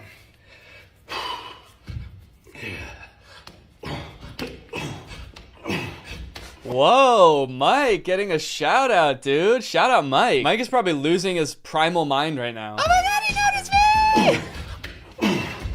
me! I will say he does appear to be getting a little bit too into this set dedicated to Mike. He's like humping the ground. I don't think I've ever seen anyone do push-ups like that. That's wild. He goes from doing push-ups to doing that like grind on me Vine trend that shirtless boys used to do. This is for you, Mike. This is for you, buddy. I don't really know what to make of this whole primal lifestyle thing. I mean, he does seem happy. Like in all of his videos, he's smiling. So maybe there's something to this. I don't know. He definitely seems happy. I guess, you know, it could just be because he spent like the past 20 years living his life completely unchecked by anybody. He's just been like eating whatever he wants, and apparently no one around him has told him like, hey, don't you think it's kind of weird that you walk around without a shirt on all the time? Also, he's like rich, so maybe that helps too. I'm kind of curious to see what his day-to-day life is like, so let's check out this video inside Liver King's home. Exclusive house tour. Liver King here. Welcome to my cave. First thing I want to show you is this sign. It says cell phone reception goes here, and by here, that really means this Faraday cage. And that Faraday cage is gonna make sure to block all the EMFs from the phone so we can maintain this healthy, pristine environment that we created. This is my office. This is where stuff gets done. This is my standing off. Wait, he's got a gun? That just changed my whole perspective of this dude. It makes sense, but no sense at the same time. This dude has a gun? That goes against everything I thought I knew about him. The ancestral lifestyle? And you go hunting with that? Did they have that, Brian? Did they have that back then? How does this dude have every phone in his house like locked in a garbage can so that they don't like throw off the vibe? But his gun is just like, he just kind of like threw it on the table. That can go there. That never hurt anybody. In the evenings, this is where I come to relax. I sit down on this pew. That says so much about him. Sometimes when I want to relax and I don't want to lay on my hard wooden bed, I'll come out and sit on this cold wooden bench. I'll just sort of sit here in the dark and think about my life. And I just have all the lights off, and people walk by and they don't even see me here. Yeah. What? That's not a good sign, dude. I think they see you. I think they're avoiding you. Yeah, I'm kind of invisible here for some reason. It's kind of weird. People just walk by me and they sort of like, it almost looks like they're avoiding eye contact with me. Their pace really picks up too when they get around this part in the hallway. Okay, we're standing on our outside patio. We have our cold plunge. I hope that you can take a look at the cold plunge because there's pine needles in here. There are leaves in here. There's stuff in here that you'd probably say you should probably clean your cold plunge. But this is all earth. This is all stuff that's gonna help your skin biome. This is just getting the earth on you. Yeah, you can see some pine needles in there, dirt, bugs, broken glass, shit, a dead squirrel. It's all good for you though. Human remains there. This is an active crime scene actually, so. And I'll just sort of hop in there and swim around with my mouth wide open and just take in all that good stuff into my body. It's good for you. Also, does he say it's good for your skin biome? This is all stuff that's gonna help your skin biome. I did not know I had a skin biome. That's interesting. Does that mean there's things living on my skin? And this, of course, is good for all of the ants and spiders and small little maggots that live on my skin. And he's got jet skis too. This dude is like the most peaceful, serene guy, except for when it comes to like shooting guns and riding jet skis, I guess. I wonder if he does all the fun stuff when his kids and wife go to bed. He's like, all right, kids, I'll see you tomorrow for another day of simulated hunting and foraging in the woods for berries. Then he like hops on his jet ski and just like rips around the lake shooting his gun. Yeah! Goes to a strip club. His wife's like, honey, where were you last night? He was like, oh, I was on the pew. You didn't see me? I was on my little bench. All right, guys, well, I hope that gave you some good insight and some tips on staying healthy this year. But now let's talk about our sponsor, Inkbox Tattoos. Hey, you're probably wondering how I got this cool-ass ghost on my arm, aren't you? Or maybe you're a little more focused on this sweet little snake. Oh, what? Oh, what's that? Is that a little bumblebee? Is that a tiny little bumblebee on my fingy? You might even be asking yourself, Danny, did you just go get 3 permanent tattoos in between the last segment of the video and this segment of the video? Hell no. I don't have that kind of time. Look, guys, sometimes you just want to change up your look, express yourself a little bit, put some fun art on your skin, but you don't want to permanently change the way your body looks, right? Like, you might want a little bumblebee on your finger right now, but you might not want that forever, which is why Inkbox is the perfect way to express yourself with their For Now ink. Each tattoo lasts about 1 to 2 weeks and then fades as your skin just like naturally regenerates. They're easy to apply and you do it at home. You don't even need like a wet rag. You just stick it on your skin. You don't have to spend hours sitting in a chair at a tattoo parlor. You just slap it on and you got 1 to 2 weeks of a fresh new look. Inkbox has thousands of cool designs to choose from on their website. I have even curated a few, which you can check out by clicking the link in the description. And you can also upload your own images to create custom tattoos, which I think would be really great if you were thinking about getting a permanent tattoo and you wanted to see how it would look on your skin. I think their designs are really cool. They've got a lot of like intricate designs. This snake is pretty detailed. This bumblebee is actually very detailed for how small it is. And lucky for you guys, if you're interested in Inkbox tattoos, I've got a promo code for you, Danny BOGO. That stands for buy one, get one free, which is valid until February 28th. So if you want to change up your look, express yourself, maybe try out a permanent tattoo before you get it, head on over to the link in the description. Thank you to Inkbox for sponsoring this video, and thank you to you guys for checking out Inkbox. All right, thank you guys for watching this video. I will be back very soon with another video. I'm going to be trying to post even more frequently this year, so make sure you're subscribed. Also, I've been posting on my second channel a little bit more lately, so if you want even more content, head on over there. There's some fun, like, off-the-cuff videos that I think are good if you're looking for a little bit more content, and I'll see you guys next time. Bye.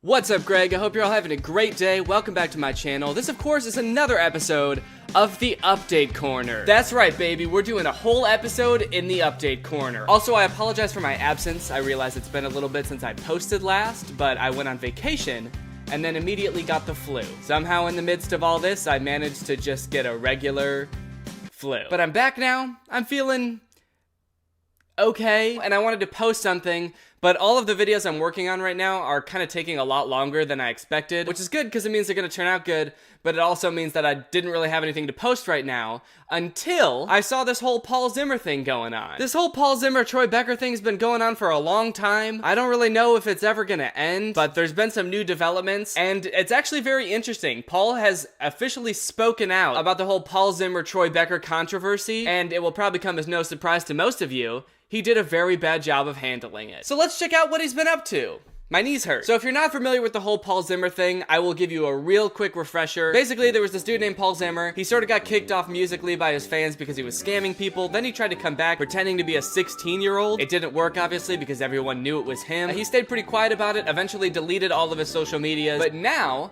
he's back, and he has posted this TikTok on his official Paul Zimmer TikTok account. You can tell that it's the official account because if you scroll down, you can see all of his old, like, Musical.ly era videos. So let's check out what he posted. You know, I'm really not one to talk about drama, but with people making up rumors to why I disappeared with this whole Paul Zimmer, Troy Becker thing, with people saying that I got banned, people saying that I scammed people. Oh my god. Oh my god. There's just too much BS out there, to be honest, that I have to clear all this up. So I'm going to be answering these questions on my other TikTok account. I'm going to put it down here.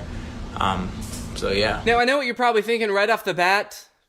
His hair's different. Is he about to start pretending to be another different person? Like he was Paul Zimmer and then he was Troy Becker and now he's about to be like, actually guys, those two are both my evil triplet brothers. I'm actually Slim Jimmer. But no, he's not pretending to be another person. This is just how he looks now. I guess he decided to start doing his hair differently to show that he's changed.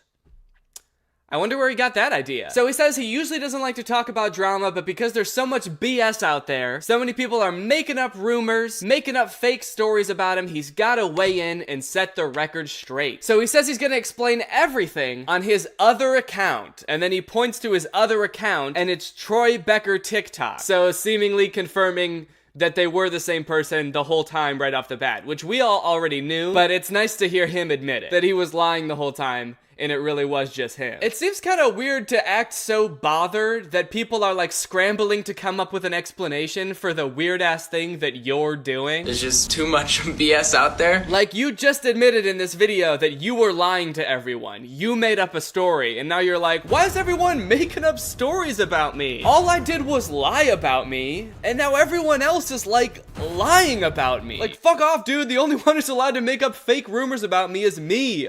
Okay? I'm gonna put another pillow under my knees. So he made that TikTok saying, go check out my other account. It's where I'm gonna be explaining everything. And he has since posted 6 TikToks on that account, hopefully shedding some light on everything. So let's check out the first one. First off, before I address anything, I just want to say I honestly don't care if you believe me or not, because I know who I am. So before he even starts coming clean with everything, he wants to make it very clear that he doesn't care what anyone thinks. He doesn't care if you believe him, which is why he's made 6 TikToks trying to get you to believe him. But let's hear him out. I know who I am. I know my truth. So if you want to take this and make more stories and rumors, go for it. Oh, shit. Okay. I don't even have any fake stories or rumors to spread about him, but I feel like I should now because he just gave me permission. Well, okay. Paul Zimmer is a Russian spy. He's actually working for the Russian government to sow discord in our society. Also, he eats airplanes. He eats whole-ass airplanes. He doesn't eat them all in one bite. He sits down with a little bib and a fork and knife, and he eats, you know, 747s, private jets, whatever. He just eats any type of plane. Paul Zimmer eats planes. So I hope that's what you wanted, Paul. I hope that's good for you. All right, here's the next TikTok. Now, hopefully, we're gonna find out all the juicy stuff, like what's been going on. Why did he try to change his identity? Is he gonna fess up to pretending to be a 16-year-old when he's really 24? Is he gonna apologize for scamming his fans all those years ago? Let's find out. Okay, first off, my name is Troy Becker. I'm an actor, and Paul Zimmer is a character that I created for social media to entertain and inspire people. I wanted Paul Zimmer to be like a perfect person, but I found out really quickly that perfection just doesn't exist, so I got super exhausted and depressed trying to be perfect. What? He was Troy the whole time? Hold on. Wait. What? So Paul was never real. He was just a character that Troy created for social media. That is the plot twist of the century. But I mean, you know, what else would you expect from the cinema mastermind that is Paul Zimmer, or I guess Troy Becker. Now this is crazy. This is an insane revelation. It's pretty wild, and I hate to burst everyone's bubble, but it is not true. I mean, maybe parts of it are technically true. Like, some of the things that he's saying are technically not incorrect, but it is at the very least extremely misleading. So he says that he's Troy Becker and he made up Paul Zimmer, which actually is technically kind of true, but it's not in the way that you would think. He is Troy Becker. Legally, his name is Troy Becker, but it's not because he's been Troy Becker this entire time. It's because, according to this Insider article, he legally changed his name to Troy Becker last year. Paul changed his name from Paul to Troy Becker. But technically, he's telling the truth when he says Paul Zimmer is made up, because his name was never actually Paul Zimmer, it was Paul Gutowski, which makes sense. He would obviously want to hide that name because it sounds like a Russian spy name, and he's a Russian spy, and he eats planes. So I guess that part is like technically kind of true. He is Troy Becker, and he did make up the name Paul Zimmer, but he hasn't always been Troy Becker. He was Paul before, and he just didn't tell people his real last name. Probably he just wanted to have like a stage name for privacy. You know, he didn't want people to know his real name. So this part is like technically kind of true, and like kind of just not telling the whole truth, but it's also a big gigantic lie because he wasn't Troy Becker the whole time, and he's most certainly not 16. So he also says that he created the Paul Zimmer persona to try to be perfect. I wanted Paul Zimmer to be like a perfect person. I found out really quickly that perfection just doesn't exist. He wanted to be the perfect person, but he really quickly found out that perfection doesn't exist. Huh, what an amazing revelation for an adult to make. Perfection doesn't exist? It's impossible to be perfect? But I mean, look at his old musicals. It's so clear he was so close to perfection. He was very nearly the perfect human, but it all went wrong. So, it took you creating a fake identity, Paul Zimmer, and making musicals and going live on Lively for years to realize that nobody's perfect? Isn't that something we all learn in like kindergarten? Everybody makes mistakes. Everybody has those days. Everybody knows what I'm talking about. Everybody gets that way. I feel like I learned that somewhere. I don't remember where. Also, when he says that he found out really quickly that perfection doesn't exist, what does he mean by really quickly? Because aside from the fact that he posted musicals for years until he stopped, Paul Zimmer existed before that. He didn't just pop up out of the blue and start making musicals. I haven't talked about this in any of my videos because it didn't seem relevant until right now, but Paul Zimmer actually used to have a YouTube channel called Exclamation Point with his friend Danny Edge, which started in 2014. That's the earliest I can find when he started referring to himself as Paul Zimmer. And they used to post fun videos like how to tell if a guy likes you, and how to tell if you're attractive, and clothes that guys like on girls. You can wear whatever the f you want. Cool bean. But anyway, Paul Zimmer has existed for a while, since 2014, and only just recently started pretending to be Troy. So it took him like 5 years to realize that perfection doesn't exist? Did he really think that he was being perfect for 5 years? Like all of his old musicals were really just mwah. Ah, perfect. Wow, I never seen such a specimen. Okay, next TikTok, and this one we're gonna find out the answers to these questions. Did you scam people? And did you get banned? Which, right off the bat, I don't think anyone actually thinks that Paul Zimmer got banned from TikTok. At least I didn't. There was the hashtag ban Paul Zimmer, and seemingly all of his fans turned against him. But it seemed like that was enough to send him away, and they didn't even have to ban him. So, no, I didn't think that he got banned. But let's see what he has to say about scamming people. Nope. Just because I've done really good on social media doesn't mean I've scammed anyone. Okay, yes. Just because you did good on social media doesn't mean you scammed people. But you did scam people. In your live streams, you would ask for money in the form of gifts, which is already kind of a shady thing to do from children. But when you would ask for gifts, you would do it in exchange for reacting to somebody's musicals or duetting somebody's musicals. But weirdly, when I scroll through your TikTok account, you don't have any duets. Also, I didn't get my success overnight, okay? It took me years. I found out really quickly that I would broadcast for 8 hours every single day. It didn't matter if it was Christmas or whatever holiday. And according to you, you would live stream for 8 hours a day every single day, and people would constantly be sending you gifts. So I would expect that there would be like a shit ton of duets on your page, but weirdly there's none. And I'm pretty sure it's because you scammed people. If you don't believe me, there's countless YouTube videos about it. There's even ones where you can see him doing it, in addition to like calling his 8-year-old fans cute. Ooh, Maggie, you are so cute. I was watching your musicals earlier, I think. Yo, look at her. Oh, she's so cute. Which is really weird. And I always gave my followers everything that I promised and more. I gave my followers everything I promised and more. I gave them more. I gave them shit they didn't even want. All they wanted was for me to respond to them or react to their musicals. And you know what? I did that. And I called them cute, even though they're 8. And I put in a good word for them with the Russian government. What more do you want? So, there is all the tea. That's all of the TikToks that Paul has made explaining his antics and what he's been up to and why he's been doing it. I know what you're probably wondering though, why didn't he ever address the fact that he was pretending to be 16? That was one of the creepiest parts and he didn't even mention it. Well, I was curious about that too, so I commented it on one of his TikToks and he never responded, so I'm just gonna assume he wants people to forget about that part. But you're also probably wondering, wait, wasn't that only like 3 TikToks? I thought you said he made 6 TikToks. So if the other 3 aren't him explaining what he's been doing, then what are they? Well, since Troy Becker has now spoken his truth, spilled all the tea, so to speak, he's now back to making his regular content. Except it's not really his regular content, is it? Because he's not pretending to be a character anymore, according to him. He's not Paul Zimmer anymore. He's not trying to be perfect. Now he's just Troy Becker making the type of content that Troy Becker wants to make. So hopefully, what that means is we're gonna see a dramatic shift in the type of content that he's making. So let's check out his first TikTok after he's come clean and he's really being who he is. Oh no, what? No! Please tell me he's not just making a TikTok with this old-ass joke. No! No! No! Oh, actually, that's kind of cool. I like that little walk that he does. That cool little walk at the end. That was a nice addition. When you're a 24-year-old who just came clean on social media about lying to everyone, and your bae, who's also your wife, is home alone.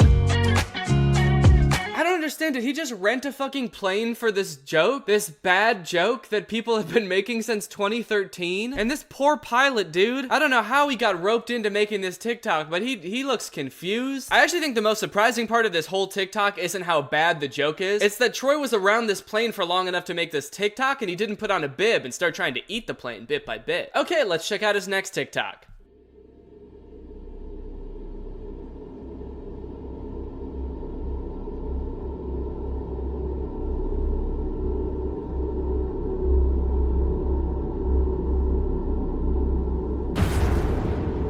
Huh?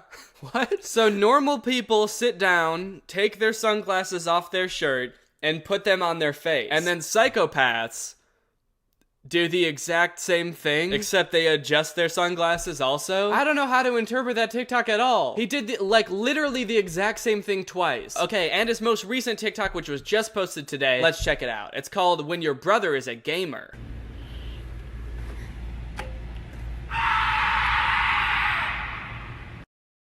That's it. That's the whole TikTok. Okay, I think I get the gist of where this is going. How many schemes can this dude come up with to try to get back into the limelight before he's just apologizes? Dude, just apologize. I promise, if you apologize, I will never make a video about you again, and I hope that no other commentary channels do too. Just apologize for scamming people, own up to being weird and pretending to be 16. Even if your content is still cringy after that, I will not make another single video about you. Unless you do something crazy like kill someone. It's so weird that he keeps coming back with these weird schemes hey guys, I'm actually not Paul, I'm 16, so I'm just gonna start making videos on this account now, and everyone believes me, right? And now he's being like, hey guys, I was that guy the whole time, and the first guy was made up. So that's where the confusion is, and everyone believes me, right? So I'm just gonna go back to making videos, and no one is suspicious. Just own up to it.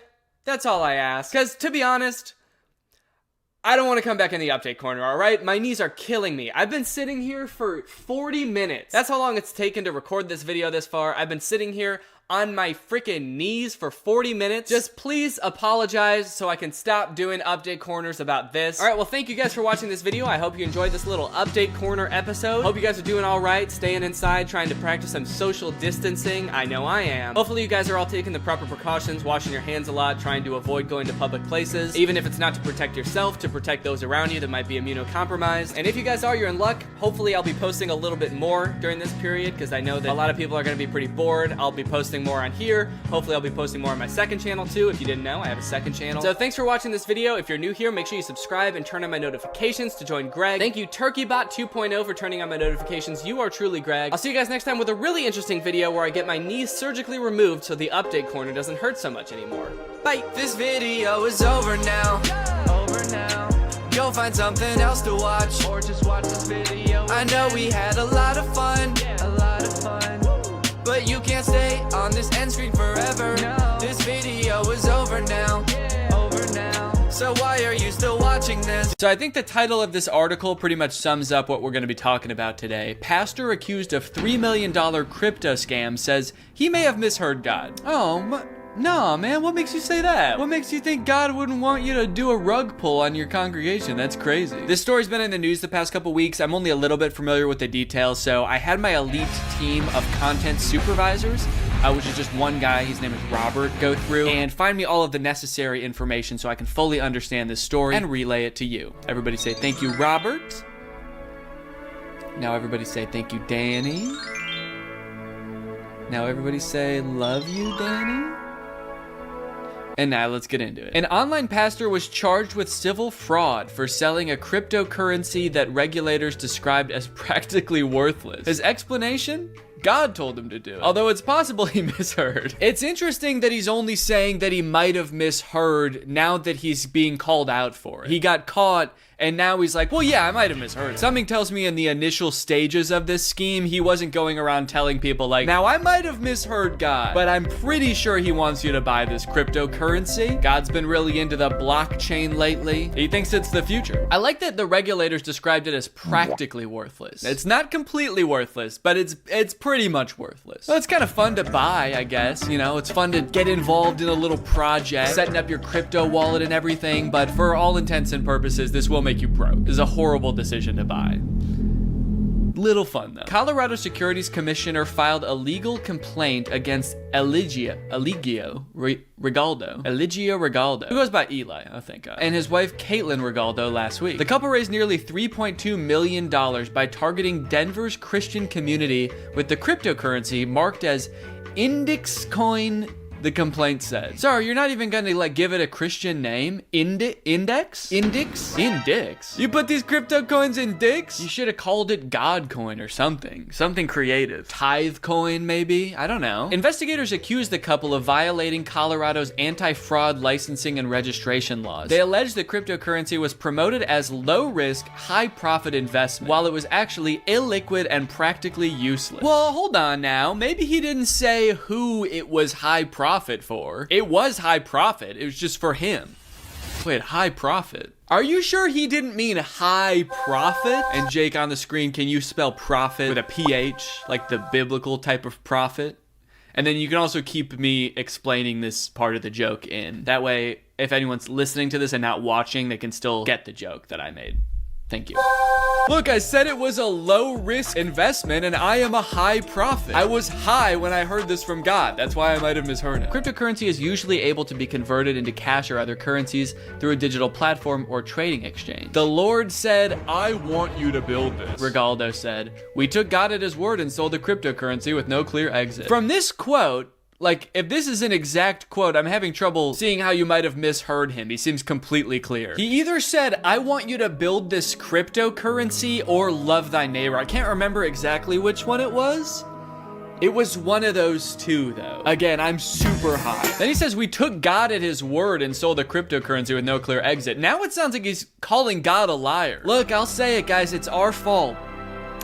Our fault we trusted God. We allege that Mr. Regalado took advantage of the trust and faith of his own Christian community and that he peddled outlandish promises of wealth to them when he sold them essentially worthless cryptocurrencies. I don't think I've ever been to church and my pastor started preaching about outlandish promises of wealth. I feel like if your pastor starts saying stuff like that, there's definitely a problem. That being said, the pastor totally abused his privilege and his trust that his congregation had in him. That's insane, dude. This is someone that's supposed to be like a spiritual guide to these people. And you know what? To be fair, they might be praying a lot more after this has happened to them, but I still don't really think it was right. The couple sold the digital asset to more than 300 investors between June 2022 and April 2023. 300 investors. They made $3 million? Wait, what? How does that add up? How much were these people investing, dude? 3 million divided by 300. So on average, members of his congregation spent $10,000 on this? They got 300 people to spend on average $10,000 on this cryptocurrency. Dude, that's insane. Oh my God, that's messed up. I hate to say it, man. I think he misheard God. Either I misheard God and every one of you who prayed and came in, you as well. No, wait, hold on. They didn't mishear anything. They heard you. He's saying either I misheard God and so did all of you. I mean, we all did, right? They're all like, no, you said it. We heard you. You were supposed to be telling us what he said. Or two, God is still not done with this project. I unfortunately am. I have already sold all my cryptocurrency and yours is now worthless. But you know, you guys might still have something going on. I don't really know. I'm not involved anymore. Okay, now it looks like we've got some kind of video apology, maybe? I think this is the pastor here. So this update is to really just take some things head on. I'm not reading from a script and I didn't prepare any notes like I normally do. Yeah, you should 100% 100% be reading from a script, dude. You really fucked up. You should have written something down. Do not freestyle this, man. Also, you know, beautiful house behind you. Beautiful view. I can't tell if this is real. Is he green screened into this, or is this his real house? It kind of looks like it might be green screen, and then I'm wondering, like, is his house even nicer than this? Like, this is what he green screened himself into to make it seem like he's not living a lavish lifestyle. What does his actual house look like? It's just heaven. Caitlin and I are being charged in a civil charge for basically selling millions of dollars worth of cryptocurrency that is deemed worthless by the state. I think it's probably also being deemed worthless by, like, the value of the cryptocurrency. I'm assuming that this guy, like, made all of his followers buy it and then he sold it so that it's now completely worthless. So I would have to guess that it's not just like the regulator's opinion. There's like an objective value to cryptocurrency. Any cryptocurrency, you can look at what the value is. It's not like it's subjective. It's not like they're telling you that your hairstyle is worthless or something. That would be messed up. There is no exit for people who have bought. So everyone that's watching this, who has put money into this, who wanted to take money out, you've been unable to do that. How did he exit then? I don't know how cryptocurrency enough works to have a very detailed analysis of this, but how did he make money from it then? If no one else can sell it, I guess he figured out some way. The charges are that Caitlin and I pocketed $1.3 million, and I just want to come out and say that those charges are true. So there's been $1.3 million that's been taken out of, I think it was a total of $3.4 million. So you exited. So what is all this about no exit? There is no exit. You just said you sold it. You exited. Tell everyone else how to do that. I hope that in this video, I'm not coming across as like bashing Christianity or anything. I think that his congregation was totally swindled by this guy. This could have happened in any religion, probably. This guy is just a con artist. So how this whole thing started is the Lord told us in 21 to walk away from our marketing company. And then he took us into this cryptocurrency. Well, that cryptocurrency turned out to be a scam. That's so crazy to describe something that you made turning out to be a scam. Like, we had no idea. He's describing the cryptocurrency as having like a mind of its own. It double-crossed us, this dirty coin. It's like, you made it. It's like painting a picture of the moon and then being like, oh, the picture turned out to be a moon. We didn't realize it until we were done. I was looking at the moon, I was painting it, and then all of a sudden the picture turned out to be a moon. And so the people who bought this, they were already basically 4x'd, leveraged on this. And so the Lord says, give that to them, but also give them a 10x. And I'm like, well, where's this liquidity gonna come from? And the Lord says, trust me. Sorry, was he in like a business conference room with God? Usually when you hear like the kind of wealth televangelist pastors talk about it, even they're not having like these in-depth conversations. They're just getting like signs and stuff. This guy was like writing code with God, which makes the claim that you misheard even wilder, because it's like you had this multi-day long development process. You were getting instructions the entire time. And now you're like, well, I guess I misheard all of them. They were all wrong. He was just talking about, he just said I should go on vacation. Damn it. And we have records to prove all this. And then as we're sowing all this money. Why is he saying he sowed all of the money? We're sowing all this money. Is that to avoid using the word stole? Yeah, you know, your actions have consequences, man. You reap what you sow. You walk into a jewelry store, you hold up a gun, you sort of sow chaos in the store, and then you reap the diamonds. And so we sowed 100,000 of that. And then from that point forward, things really started escalating, and we just continued. Basically, all I'm getting from this video is he's like completely admitting to everything, and his excuse, of course, is that God made him do it or told him to do it. But at the end of the day, he is just like, guys, I've been accused of a crime, so let me just defend myself by saying, here's how I committed the crime. I did do it. There was a little old lady walking down the street, so I did walk up to her, and in my defense, I did push her down and take her bed. Now, that seems ugly, but let me be clear that I did also shoot her in the knees. Okay, so now we've got a LinkedIn profile for this company, Index Coin. The best of crypto with just one coin. Index Coin empowers you to participate in the best of crypto technology, being losing a ton of money, including Bitcoin, altcoins, NFTs, the metaverse, DeFi, and ETFs without becoming an overnight crypto expert. Okay, but to be clear, we're not participating in any of these, right? It's just Index Coin. You get to participate in Bitcoin, NFTs, the metaverse without having to participate in all of that Bitcoin, NFTs, the metaverse. Damn, there are no jobs available at IndexCoin right now. That sucks. I was gonna apply. I heard the salary is really good. And then here are the two scammers listed as the two only employees here. The wife, her bio is Jesus, family, and business, and the husband's is Jesus, people, and business. Dude, if I was his wife, I'd be so pissed off about that bio. Who's people? Am I people? You just love everybody the same, huh? Everybody's people? Where am I on the list? Where am I? And then they've also got a website, indexcoin.com. It's crazy that all of this is still up and running. Like, he's being investigated for it. He actively admitted that it turned out to be a scam against his own will. But the website's still up. Can I still buy IndexCoin? Oh, buy now. Oh, okay, you can't buy it anymore. Proofed by Hackin? What does that mean? Is this who made it? Hackin? You cannot buy a cryptocurrency made by a company called Hackin. Yeah, we're called Hackin because we're gonna hack into your computer and steal all your information. You should have known, it was in the name. We named our company We're Gonna Hack You. A coin that will transform the world and you along with it. Join a community, access courses, enjoy content, and create wealth. I gotta say, there's no like religious messaging in this website anywhere that I can find. Let me see if I can control F God real quick. No God or Jesus anywhere on this website. You could at least credit the guy that came up with it, dude. Dang. Okay, this video is called Index Update from June of 2023. So this seems to be while the scam was going on. He's giving a little update. Let's see. Good morning, IndexCoin. Good evening, IndexCoin. Wherever you guys are calling in from. Where are you calling in from? Just out of curiosity. You're in front of a green screen again. Does he have like an actual church, or is it like an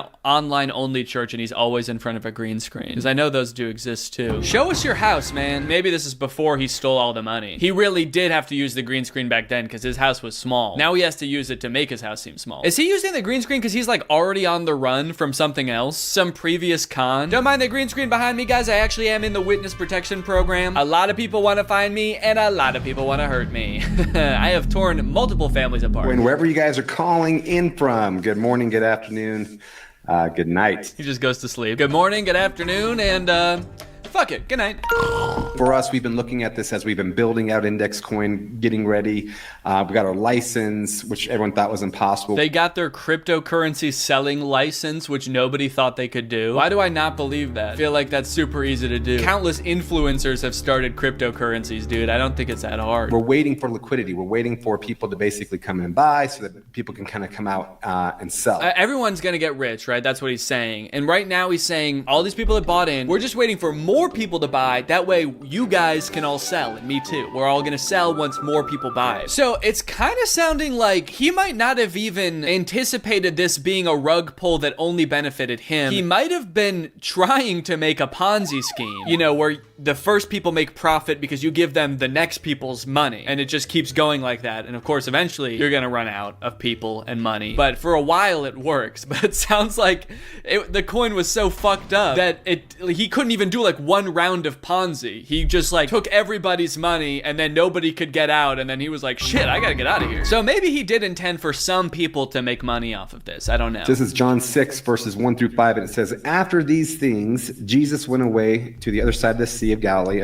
or Tiberias. Yeah, I'm gonna be honest, this has nothing to do with cryptocurrency. I hate to say it, I don't think the people who wrote this part of the Bible even knew what IndexCoin was, dog. Okay, so it looks like the latest update to the story was January 31st. Pastor charged with stealing millions, seen in Zambia after missing hearing. Seen in Zambia. What is he, Bigfoot? Oh, there he goes. Oh, he's gone. Damn it, we still can't catch him. So he flew to Zambia so he didn't have to go to court? Denver pastor Eli Regalado, facing civil fraud charges for allegedly selling millions in a bogus cryptocurrency scheme, was seen in Zambia teaching about God and finance, probably mostly finance, at the Gifted Faith Ministry in the company's capital after missing a court hearing on Monday. Regalado's appearance at the church's Glory Shift conference on multiple days this week comes after he missed a Monday court hearing where a preliminary injunction and asset freeze were granted after he was accused of exploiting his religious influence to defraud investors. Oh yeah, here he is, wearing the gray hoodie. Pastor Eli visits a church conference in Zambia after missing a court hearing in Colorado. Man, he got out of there fast. Everyone in this picture, you gotta run away from this guy, dude. He's gonna steal all of your money. All right, well, it seems like for now, that's where that story has ended. I hope you guys enjoyed this video, and I'll see you guys next time. Bye-bye.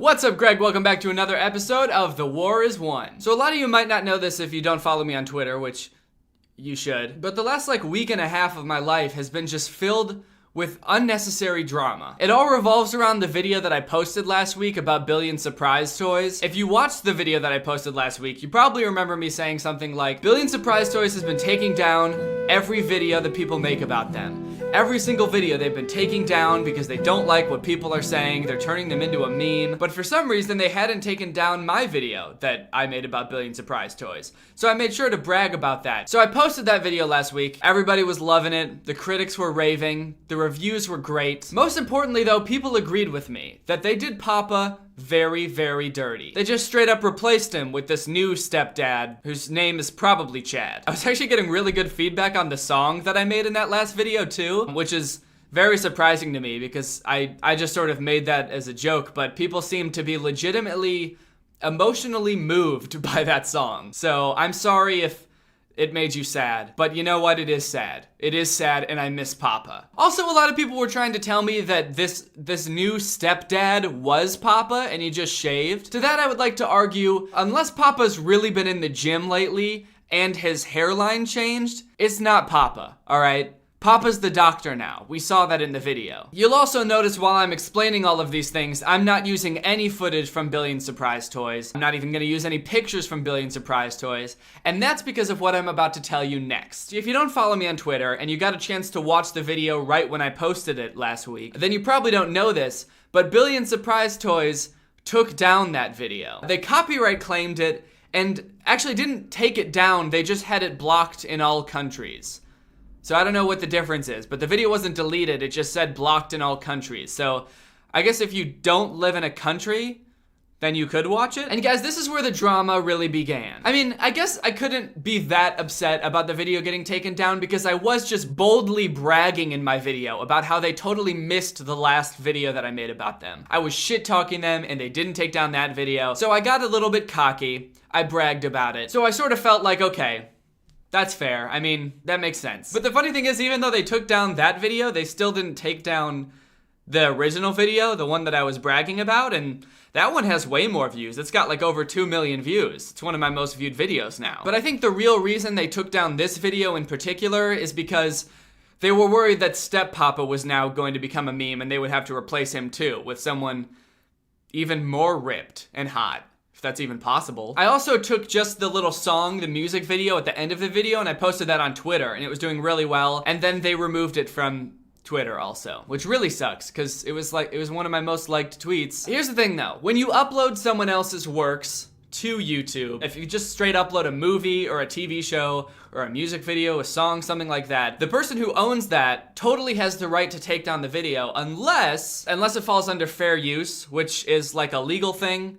I don't really know what it means. I just know that commentary videos like what I made fall under fair use. So my video was totally fair use. And Billion Surprise Toys probably knew that. They really didn't have any right to take down my video because it was totally legal for it to be up. So I was like, okay, I can just dispute the copyright claim because my video is fair use. And YouTube will appeal it, and then I'll be good. The video will be back up. But here's the problem. YouTube's copyright claim system works in a very weird way where if I were to like appeal the copyright claim, YouTube wouldn't look at it and be like, oh, this is fair use. They would just send it over to Billion Surprise Toys and be like, hey, Billion Surprise Toys, is this guy right? Is this really fair use? Is he allowed to use it? Which is kind of dumb because Billion Surprise Toys put the false claim on the video in the first place. So do you really think they're gonna be like, huh, yeah, no, now that you mention it, this is fair use. We're totally sorry. We didn't mean to do that. And it also said that if Billion Surprise Toys decides to keep the copyright claim on it, they could also give my channel a copyright strike. And if you get 3 of those, then your channel gets deleted. So I was like, okay, I guess I'm not gonna do that because there's no way that they're going to let me appeal it. But luckily, somehow my manager has a contact at YouTube and he contacted them and was like, hey, this video got taken down for no reason. Can you guys get it back up? And to my surprise, they were actually like, sure. Yeah, your video is totally fair use. It should be up. So things were finally starting to look up. YouTube was on my side and they were gonna put my video back up. So like 2 days, I think, after it got taken down, I woke up and I checked Twitter and a few people had tweeted me saying, your video's back up. And I went to my channel and lo and behold, it was. The video was back up. Monetization was still disabled, which was kind of weird. but I was like, as long as the video's back up and people can see it, that's fine with me. I just wanted people to see the video because I thought it was a really good video. I made an entire song for the video. I put a lot of work into that. I also had a brand deal on that video. So the fact that it got taken down was kind of a bummer because I was contractually obligated to have that video up. But the video was back up. And I was feeling good. So I tweeted that the video was back out. I think I had a little badass line in there like, Papa will not be silenced or something like that. Like, Papa's story must be told. The video is back up and we are sticking it to the man. I kind of did feel like a little bit of a badass, if I'm being real with you. I felt like a little bit of a savage, honestly. And I think rightfully so. I felt like I was really sticking it to Billion Surprise Toys. So I tweeted out the video. People were loving it for like 1 minute. And then like 1 minute after I tweeted out the video, I started getting tweets from people like, it's not back up, what are you talking about? The link just takes us to a page that says the video was taken down. They took down the video again. I don't know what happened. It's like they were just trying to fuck with me. They were playing like mind games with me. They wanted me to get a little cocky just for 1 second, just so they could shut me down again. And now I look like an idiot because I had tweeted about it, acting all cool, like Papa will not be silenced, and then people click on the link, and it takes them to a blank video page. Now, look, there were a lot of reasons that I wanted to have that video up. To get views? Yeah. Get more subscribers? Of course. That coin? Obviously. But the thing that really got me, the real reason that I needed to fight for this video, was for Papa. All he ever wanted was to be a good dad. He just wanted to sing songs with his son about eating sugar and getting out of bed and together bathing. And Billion Surprise Toys just deleted him out of existence just because people thought he was a funny character. They deleted him, and then the second somebody comes along to call him out on it, like I did in my video, they silenced me. No justice for Papa. This was no longer a fight for me. This was a fight for Papa. So after this whole thing where they like put up my video and took it back down just to fuck with me, I was like, okay, I have the legal right to have this video up, right? They didn't have the right to take it down. So I decided that the only logical thing for me to do would be to tweet, I'm looking at my legal options against Billion Surprise Toys to try to get my video back up because they didn't have any right to take it down. And not even 10 minutes after I tweeted that, I got an email from YouTube saying that the copyright claim was released. What?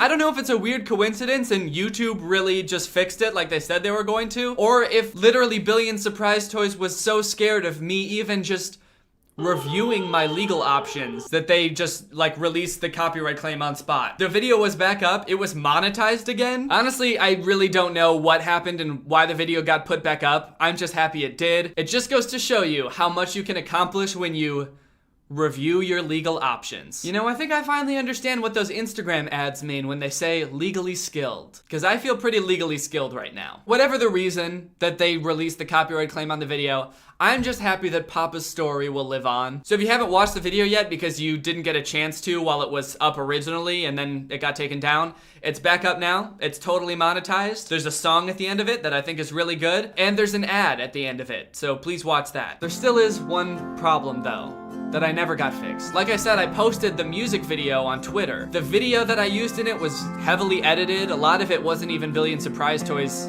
video. I didn't use any audio from Billion Surprise Toys. It was a totally original song. I didn't even sample them, but they got that video taken down. And it really sucked because it was one of my most liked tweets. I was getting really good feedback on it. People were like legitimately enjoying the song as a song. So we contacted Twitter too, just like we contacted YouTube, but Twitter's response was basically, yeah, your video does seem like it's fair use, but it's kind of out of our hands. They didn't really want to do anything. They didn't want to get involved in this copyright dispute. So maybe I'll just have to concede on the Twitter thing. Maybe the song is just something I can't beat Billion Surprise Toys on. I got what I wanted with the YouTube video. The video's back up. But maybe people just weren't meant to listen to this song, is something that I thought, and then also made it into a full song and got it on iTunes and Spotify and every other streaming service. And then it got to #1 on the iTunes comedy charts for like 3 days straight, and also has over 100,000 streams on Spotify. I'll link to it in the description. There's a whole nother verse that wasn't in the original video. I highly advise you listen to it. If not because it's a good song, then just because Billion Surprise Toys doesn't want you to hear it. So overall, this was a very stressful experience. Getting my video taken down that I worked very hard on was definitely disappointing. But in the end, I think we all learned something. With perseverance, a lot of dedication, and just a little bit of reviewing your legal options, you can fight the man. In this case, the man being Chad. Fuck you, Chad. This whole experience really got me thinking about nursery rhymes. It seems like a lot of Billion Surprise toys are based around nursery rhymes. The Humpty Dumpty one especially. I got a lot of comments about that, and how I kept saying that Humpty Dumpty is an egg, and he's depicted as an egg and everything. But a lot of people commented on that video that nowhere in the nursery rhyme does it say that Humpty Dumpty is an egg. And that's a very good point. It doesn't. It just says that he's sitting on a wall, he had a great fall, and they can't put him back together. So, when did he become an egg? Like, what? How is he an egg? But literally in every depiction you could find, he's an egg. Or at least like sort of a fleshy human egg hybrid. I've seen that in a few places too. So I really got to thinking, like, what is Humpty Dumpty supposed to be? What is the nursery rhyme about? Is the nursery rhyme actually about a human falling off a wall? And when he hits the ground, he like splatters into pieces? And all of the king's horses and men are trying to put him back together? It's just like his torso and his head, and they're trying to like pop his arms and legs back into his socket like a Mr. Potato Head. Also, why are the horses helping? It says all the king's horses and all the king's men couldn't put Humpty together again. Why would the horses be able to help? The Wikipedia article for Humpty Dumpty actually says that nobody really knows what Humpty Dumpty is about. There's lots of different theories that range from King Richard III of England to a canon. I'm guessing they introduced the egg character because like the image of a human falling from a great height and splattering into pieces, and people like desperately scrambling to try to put him back together and like, I don't know, put his intestines back into his stomach and his eyes back into his socket was maybe a little bit too gruesome for children back in the old days. At least that's what I thought until I started looking at other nursery rhymes. And they're fucked up. I think that Billion Surprise Toys actually takes a lot of inspiration from nursery rhymes because of how bizarre they are. Take this classic nursery rhyme, the lullaby song Rockabye Baby. Billion Surprise Toys actually has a video where they sing Rockabye Baby, even though they change a few of the lyrics from the original. But have you ever listened to the lyrics of that song? Like the real lyrics? Because there's a modern version, but then there's like the actual version. First off, what does Rockabye Baby mean? Rock-a-bye baby. It doesn't mean anything. It's just like a string of random words put together. I'm gonna come up with a nursery called String Sauce Camel Baby. Okay, here's the lyrics to the real Rockabye Baby song. Rockabye baby, on the treetops, when the wind blows, the cradle will rock. When the bough breaks, the cradle will fall, and down will come baby, cradle and all. So this is like a song that's meant to soothe kids right before you put them to sleep, right? How the fuck is this supposed to be calming at all to kids? Hey, so the second you fall asleep, I'm gonna put you up in a tree during a storm, and the wind is gonna blow you off, and you're gonna fall and die. Shh, good night. Why does falling from great heights seem to be a theme in nursery rhymes? Humpty Dumpty falls from a great height. Kids are apparently falling out of trees while sleeping. I feel like nursery rhymes, in my head at least, are supposed to like teach kids a lesson. They're little songs to help kids remember valuable lessons. Was falling off of shit like a big problem in the 1700s or something? I feel like every kid that listened to these two nursery rhymes probably grew up with a paralyzing fear of heights.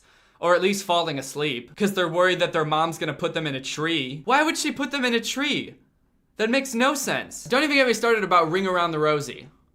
Because that shit's about the plague. Did you know that? Actually, Wikipedia says it might not be about the plague, but a lot of people think it's about the plague, and we still sing it anyway. Like, the lyrics are like, a pocket full of posies, ashes, ashes, we all fall down. There's also a version that's a tissue, we all fall down. It's about people sneezing and then falling down dead. It's just like a fun little way to teach your kids about how a third of all Europeans died during the bubonic plague. It does seem a little outdated though. Who thinks we need a song about malaria to teach our kids? Hit that like button if you agree, guys. I guess the way people raised children was just different back then, because I feel like now you always have to be like happy around kids and teach them like, oh, if we work together, we can solve everything. Teamwork and the world is great. But back then we were just straight up like, yeah, people die all the time from awful shit. Getting stabbed, diseases, falling off things, mostly falling off things. And those are just the popular nursery rhymes that we still sing today. Have you ever heard about Mother Goose? People always talk about Mother Goose like she's like the queen of nursery rhymes. She's this great children's figure. Have you ever read a Mother Goose nursery rhyme? Have you ever read like a real Mother Goose nursery rhyme? Because I found this article full of like old nursery rhymes. Some of them are from Mother Goose, and they're like 10 times worse than the ones that are popular. Okay, I'll read this one to you. Old Father Longlegs can't say his prayers. Take him by the left leg and throw him down the stairs. When he's at the bottom, before he long has lain,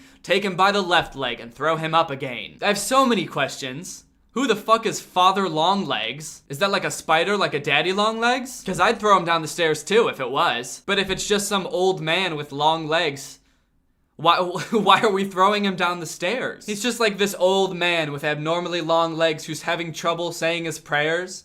So we're like, down you go, mister. And then we sprint to the bottom of the stairs and throw him back up? Maybe it's like a demon? Father Longlegs? That sounds like it could be like this creepy creature with really long legs, like a Slender Man type thing. In that case, I'm fine with this one. Let's together throw him down the stairs, in fact. Okay, here's another one. It starts off weird, but it also stays weird. Die, pussy, die. Shut your little eye. When you wake, find a cake. Die, pussy, die. I could not begin to tell you what this one is supposed to be about. The beginning sounds like a 6th grader on Xbox Live, and the rest of it just doesn't make any sense. When you wake, find a cake. Die, pussy, die. It's like it starts off mean, like fuck you, die, pussy, shut your little eye, like go to sleep and don't ever wake up. But then it's like, when you wake, find a cake. And so he's not so mean after all. It's like, and when you wake up, I'll have a delicious dessert prepared for you. And then die, pussy, die. All right, here's one more. This one, I think, has a pretty good, valuable lesson for young boys and young girls. Okay, here it goes. I married a wife on Sunday. She began to scold on Monday. Bad she was on Tuesday. Middling she was on Wednesday. Worse she was on Thursday. Dead she was on Friday. Glad I was on Saturday to bury my wife on Sunday. Ha ha ha ha. Oh, what a great little rhyme to be reading to children. It's just a fun little nursery rhyme about a guy murdering his wife because she was being kind of annoying and gradually got more annoying, probably because the husband didn't fix whatever she was scolding him about in the first place. It's a great lesson for young boys and young girls. For young boys, it's like, if your wife is being annoying, murder her. For girls, it's like, if you are a wife, don't be annoying or your husband will murder you. Just the language they use in this is so weird. She began to scold on Monday. Okay, so I guess she was a little bit annoying. Bad she was on Tuesday. She's just, at this point, the marriage is not working. She's just bad. She's bad. Middling she was on Wednesday. I don't even know what that means. What does middling mean? Moderate or average in size. Amount or rank. So what the fuck does that have anything to do with your wife? Average in size? Is this like a body shaming thing? Okay, she was bad on Tuesday, but by Wednesday, she was average size. Can you believe that shit? But it only gets worse from there, as you can tell by the next line. Worse she was on Thursday. And then we get to Friday where she turns up dead, and he was glad on Saturday night to bury his wife on Sunday. Well, I think with that, that's enough nursery rhymes for, I don't know, forever. I just think it's kind of interesting that maybe children's content has always been kind of weird, just in different ways. And Billion Surprise Toys is no exception. So like I said, over the past week or so, I've been getting a lot of really good feedback on the song that I put in the last video. In fact, I've been getting a lot of good feedback on that song, and Spooky Guy, and the Bar Ice Cream Rap, and a lot of music that I've been releasing lately, which I really appreciate. But a lot of people have asked me how I do that sort of stuff. And whenever I get questions like this, I always have the same response, and that's that it's really important to understand that your question is a great segue into this ad read. Skillshare is an online learning community with thousands of classes in music production, video production, design, and more. Skillshare is actually a really great service, and if you're interested in doing any of the stuff that I do, like video production, YouTube, music production, any of that stuff, even like writing comedy, there's classes on all of it. They even have classes in the exact software that I use. I use Ableton to make music, and they have in-depth classes on Ableton. There's this one, Ableton Live 1, the first steps of digital music production. They have classes for songwriting, for beginners. They have classes for like everything that you would ever need to know about what I do. When you sign up for a premium membership for Skillshare, you get unlimited access to all of these classes. And these classes are actually taught by experts on these subjects who work in the field of like music production and stuff like that, so you know you're getting good advice. The membership plans are really affordable. If you sign up for an annual plan, it's less than $10 a month. And the first 500 people that click the link in my description will get 2 months of Skillshare for free. So if you're interested in what I do, like making music, producing your own beats, all of that stuff can be found on Skillshare. I would highly recommend it. They've got great tutorials, great classes. So thank you for supporting them, and thank you to Skillshare for supporting me. All right, guys, I hope you enjoyed this video. If you're new here, make sure you subscribe. I'll see you guys next time with a really interesting video where I challenge a clone of myself to a fight to the death, but we end up realizing that we are deeply in love, and we live out the rest of our lives as a happy couple. Bye! What's up, Greg? I hope you're all having a great day. Welcome back to my channel. This, of course, is another episode of Dr. Dan's Crazy Experiment Lab, because today, we're gonna be doing a crazy experiment. So in case you haven't noticed by now, I have a very strong obsession for bad ads on Instagram, specifically bad ads for mobile games. So much so that I now have an entire series of videos where I talk about bad ads on Instagram. Why are these game companies making such strange ads? Who is downloading these games based on these strange ads? Quite frankly, none of it makes any sense to me, and it's slowly driving me insane. Take this ad, for example. Doesn't make any sense. Not sure how this would make me want to download the game. It mostly just makes me feel dirty. Makes me want to take a shower, not download the game. All of these ads seem like they have one thing in common, and that's that they're like totally lying about what the game is. Like that spanking bear, not in the game. So every time I make one of these videos on bad ads, or badads, as I like to call them, I find myself wondering, how could these possibly work? But I mean, they must, right? They must work. People must download these games, otherwise all of these like marketing firms would be out of business. I mean, when you look at the App Store, most of the games I've talked about in my videos are very popular. So over the course of the next few days, I'm going to be conducting an experiment and doing this very thing myself. But Danny, you don't have a game. You're not an app developer. What are you gonna advertise? Well, that's a very stupid question, and you should be ashamed for asking it, but I will answer. I'm going to be advertising me. And this.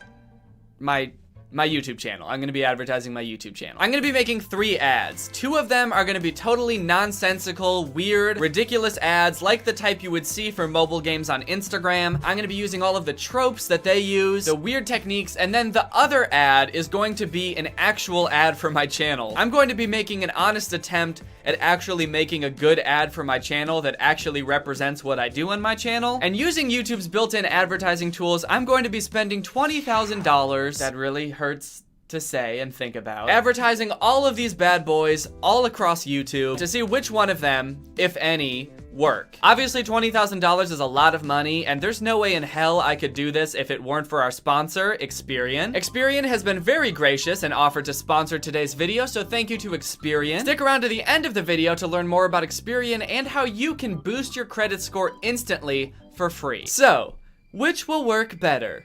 The insane ads that I make based off the mobile game ads, or my honest attempt to make a good ad? Will my good ad even be good? Will any of these ads even work at all? I don't know. Actually, I have no idea. There's a good chance none of these ads will work and this will all be a gigantic waste of time and money. But either way, I'm excited to find out. I could have used this money to feed my family or take my wife out on a nice vacation, but nah, I'm gonna do this instead. I think it's worth it. All right, well, now that I've talked about what this video is going to be all about, let's talk about the ads that I'm gonna make. I've covered a lot of bad Instagram ads on my channel, and they're all weird in so many different and unique ways, but I think I've boiled down their main characteristics into just a few bullet points, which I will go over for you here. The first one, cryptic wording. Seems like pretty much every one of these weird ads has some sort of cryptic wording that leaves you wondering, what the fuck does that mean? For example, some of these ads say, if you do so-and-so, you will be legally skilled. That doesn't mean anything to anybody, and yet somehow these ads are getting millions of downloads. I think that this one works so well because it confuses people to the point where the only way that they can possibly make sense out of what's going on is to download the game themselves and figure out what they mean. Disturbing images. This one makes me think of that skinned and gutted Donald Duck. I'm not really sure what the theory is behind this one. It's a little bit strange. I feel like usually including an image of a disgusting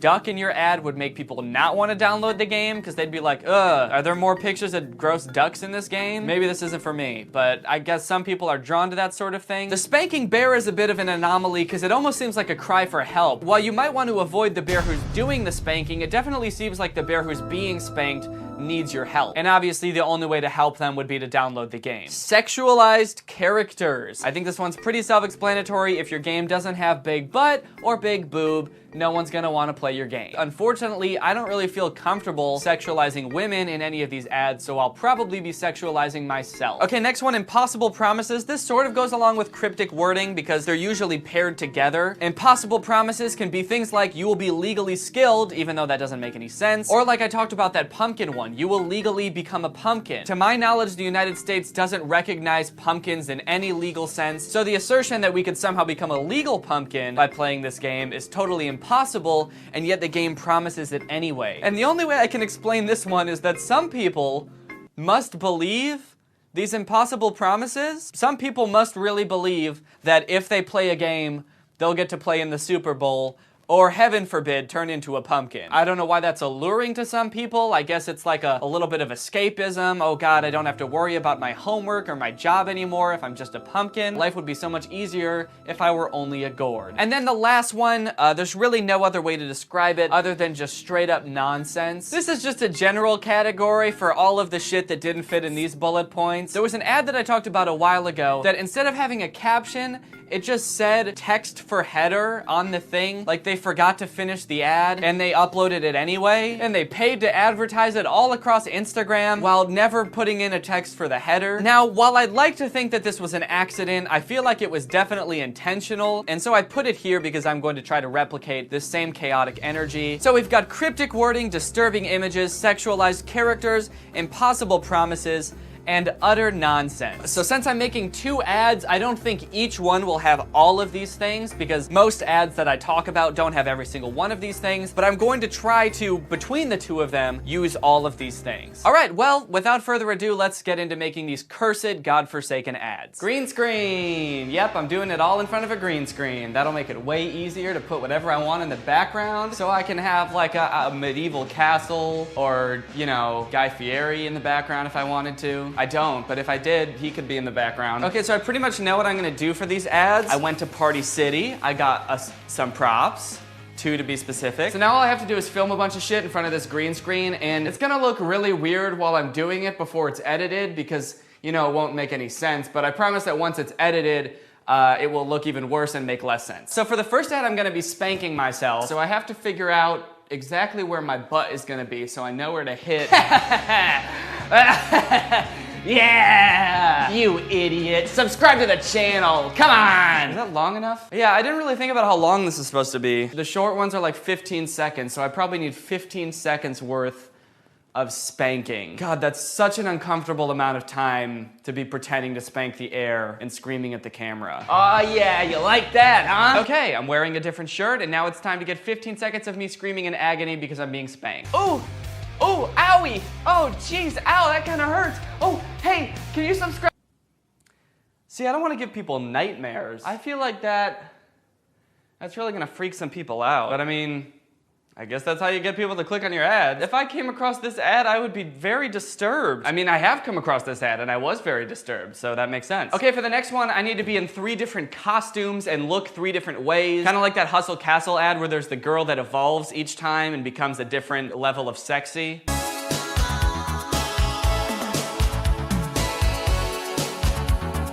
Okay. Well, that's enough of that. I think we're done recording all of the ads, so now it's time to edit them. I just finished editing the ads that I'm going to be putting up, and uh-oh, I think I made a big mistake. I think I made a pretty big oopsie this time. While I was putting together the ads, I was feeling pretty good about it, but then like when it came time to actually watch them all in their completed form, I just had this moment where I was like, there's no way anybody is going to click on any of these ads. I mean, obviously the 2 weird ones are pretty out there to begin with, but even the good ad that I tried to make, I feel like no one is gonna click on this. I think that I accidentally forgot to make it good. So I guess I should show you these before I actually put them up. Keep in mind, I'm also disappointed. Okay, I'm gonna show you the actual ad first, the one where I actually describe my channel. Have you been targeted by deeply disturbing ads on Facebook, Instagram, or YouTube? Ever seen a movie that's so bad it's actually good? Well, you're not the only one. It happens to me, constantly. Please make it stop. On my channel, I make jokes about it. It's goofy, it's funny, but most importantly, it's silly. Please subscribe to my channel. Okay, the next ad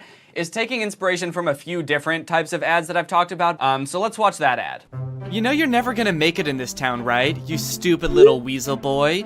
You ugly, dirty little weasel of a man. You're not a chipmunk, you're not a monkey, you're not an elf, and you're not a chipmunk, all right? You're a weasel, a dirty little weasel. What'd you think? Did you like it? Would you click on this ad? You can be honest. So you've got 1 week subscribed, you're just this average Joe. 2 weeks subscribed, you're a little bit thick, and you'll notice you also get kind of cool. You got sunglasses and a backwards hat. And then 1 month subscribed, I misspelled that on purpose. After 1 month subscribed, you're thick as all get out, and you're also a wizard now. So if you subscribe to my channel, after 1 month of being subscribed, you can be a wizard. Of course, the caption is directly inspired by the Hustle Castle ads. I do everything on my channel with the little like, face. I'm hoping that this will really like pique people's curiosity and make them want to click on the ad because they're like, what does he mean, everything? So while I don't think this will convince anybody to subscribe to my channel at all, I am pretty proud of this one. I like the overall look to it. It's got a lot going on. I feel like every time you watch this ad, you'll notice something different, and I think people will get a kick out of it. But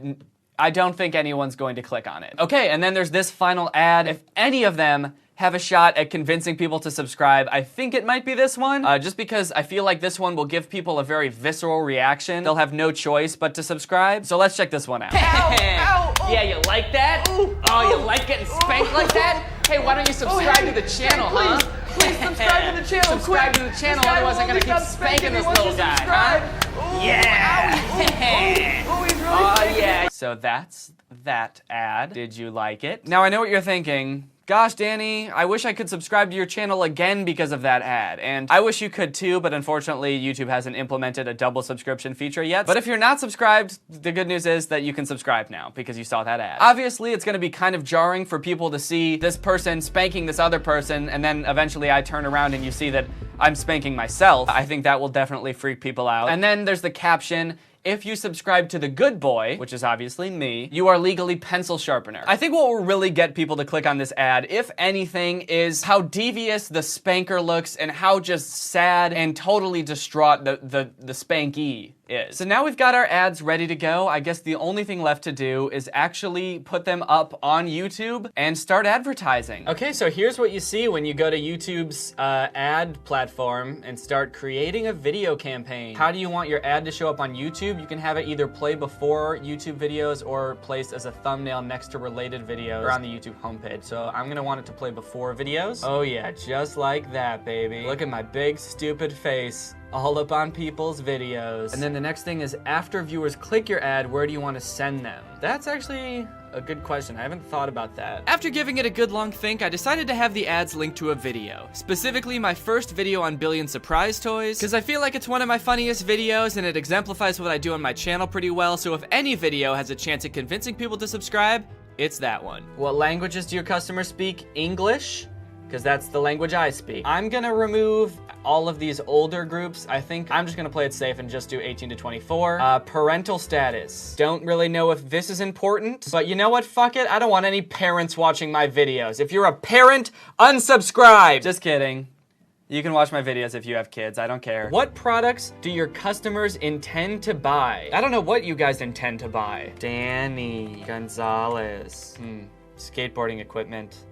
No, that doesn't have anything to do with my channel. Thank you, YouTube, but no thanks. Daily budget. Okay, so 20,000 divided by 3 videos divided by 3 days is $2,222.22 per day per video. 2222.22. Oh, this is interesting. Look at this. Okay, so this tells me how many views. Holy shit, this is gonna get me. So it looks like it's guaranteeing me that I'll get between 500,000 and 1.7 million views? Is that per day? Per video? Damn. Okay guys, this is really starting to become a numbers game. Even though these ads are awful and statistically no one wants to click on them, if we show them to like 1 million people each, statistically somebody's gotta want to click on them, right? Okay, things are looking up a little bit. Except things weren't looking up because I'm actually an idiot and didn't realize that those were estimates for a week's worth of advertising, and I would only be advertising each video for about 3 days, so none of them would get nearly that many views. All right, baby, let's create this campaign. Is it gonna let me say how long I want to run this campaign for? For some reason there was no way to say when it should stop, because I said $2,000 per day and then create campaign, and YouTube was just like, all right, thanks. We will take $2,000 every day. Forever. Is there any way to do that? Is there any way to say, hey, please stop spending me money? Okay, everything is good to go. We've got 3 campaigns running here. Subscribe to Danny Gonzalez, subscribe Spanking, and subscribe Wizards. So far, we've got 0 views, 0 impressions, and $0 spent. I'm very interested to see a few things. 1, will people who are already subscribed to me see this ad and know who I am and be like, what the fuck is wrong with Danny? 2, will I be able to see anyone's confused reactions to this ad? I would really like to. And then 3, is anybody gonna subscribe to my channel after this? There's only one way to find out.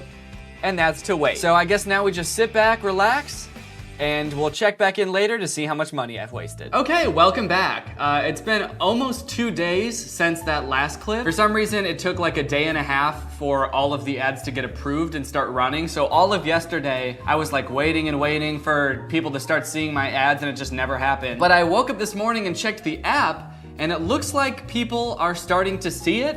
And then I checked Twitter, and yes, people are definitely getting it. And I think it's safe to say that people are losing their minds. I'm losing my mind. When did this become a real commercial? Danny Gonzalez, explain this. Yeah, so I apologize to everyone who was seeing these ads, especially the one of me spanking myself. I definitely feel like that could give you nightmares. A lot of these responses just seem like cries for help from people who can't get the image of me spanking a clone of myself out of their mind. It's just echoing in the halls of their mind and will be probably for the rest of their lives. I also saw that people were posting about it on my subreddit. I'm getting some very interesting responses here. The weird thing about it is everyone is obviously very confused, but a lot of people seem to be under the impression that I'm not behind this. Comments like, bro, why is Danny so thick? That's definitely a valid question. I don't have cakes nearly this fat in real life. So these are the interesting comments. Petition for Danny to see this. As if I'm not the one behind this, like some other company is using these videos of me to advertise like their app. And then also everyone spam Danny with this in every way possible, as if they're trying to get me to see it, thinking that I have no idea that this is happening. I guess it just goes to show how fucking weird of an idea this is, that nobody thinks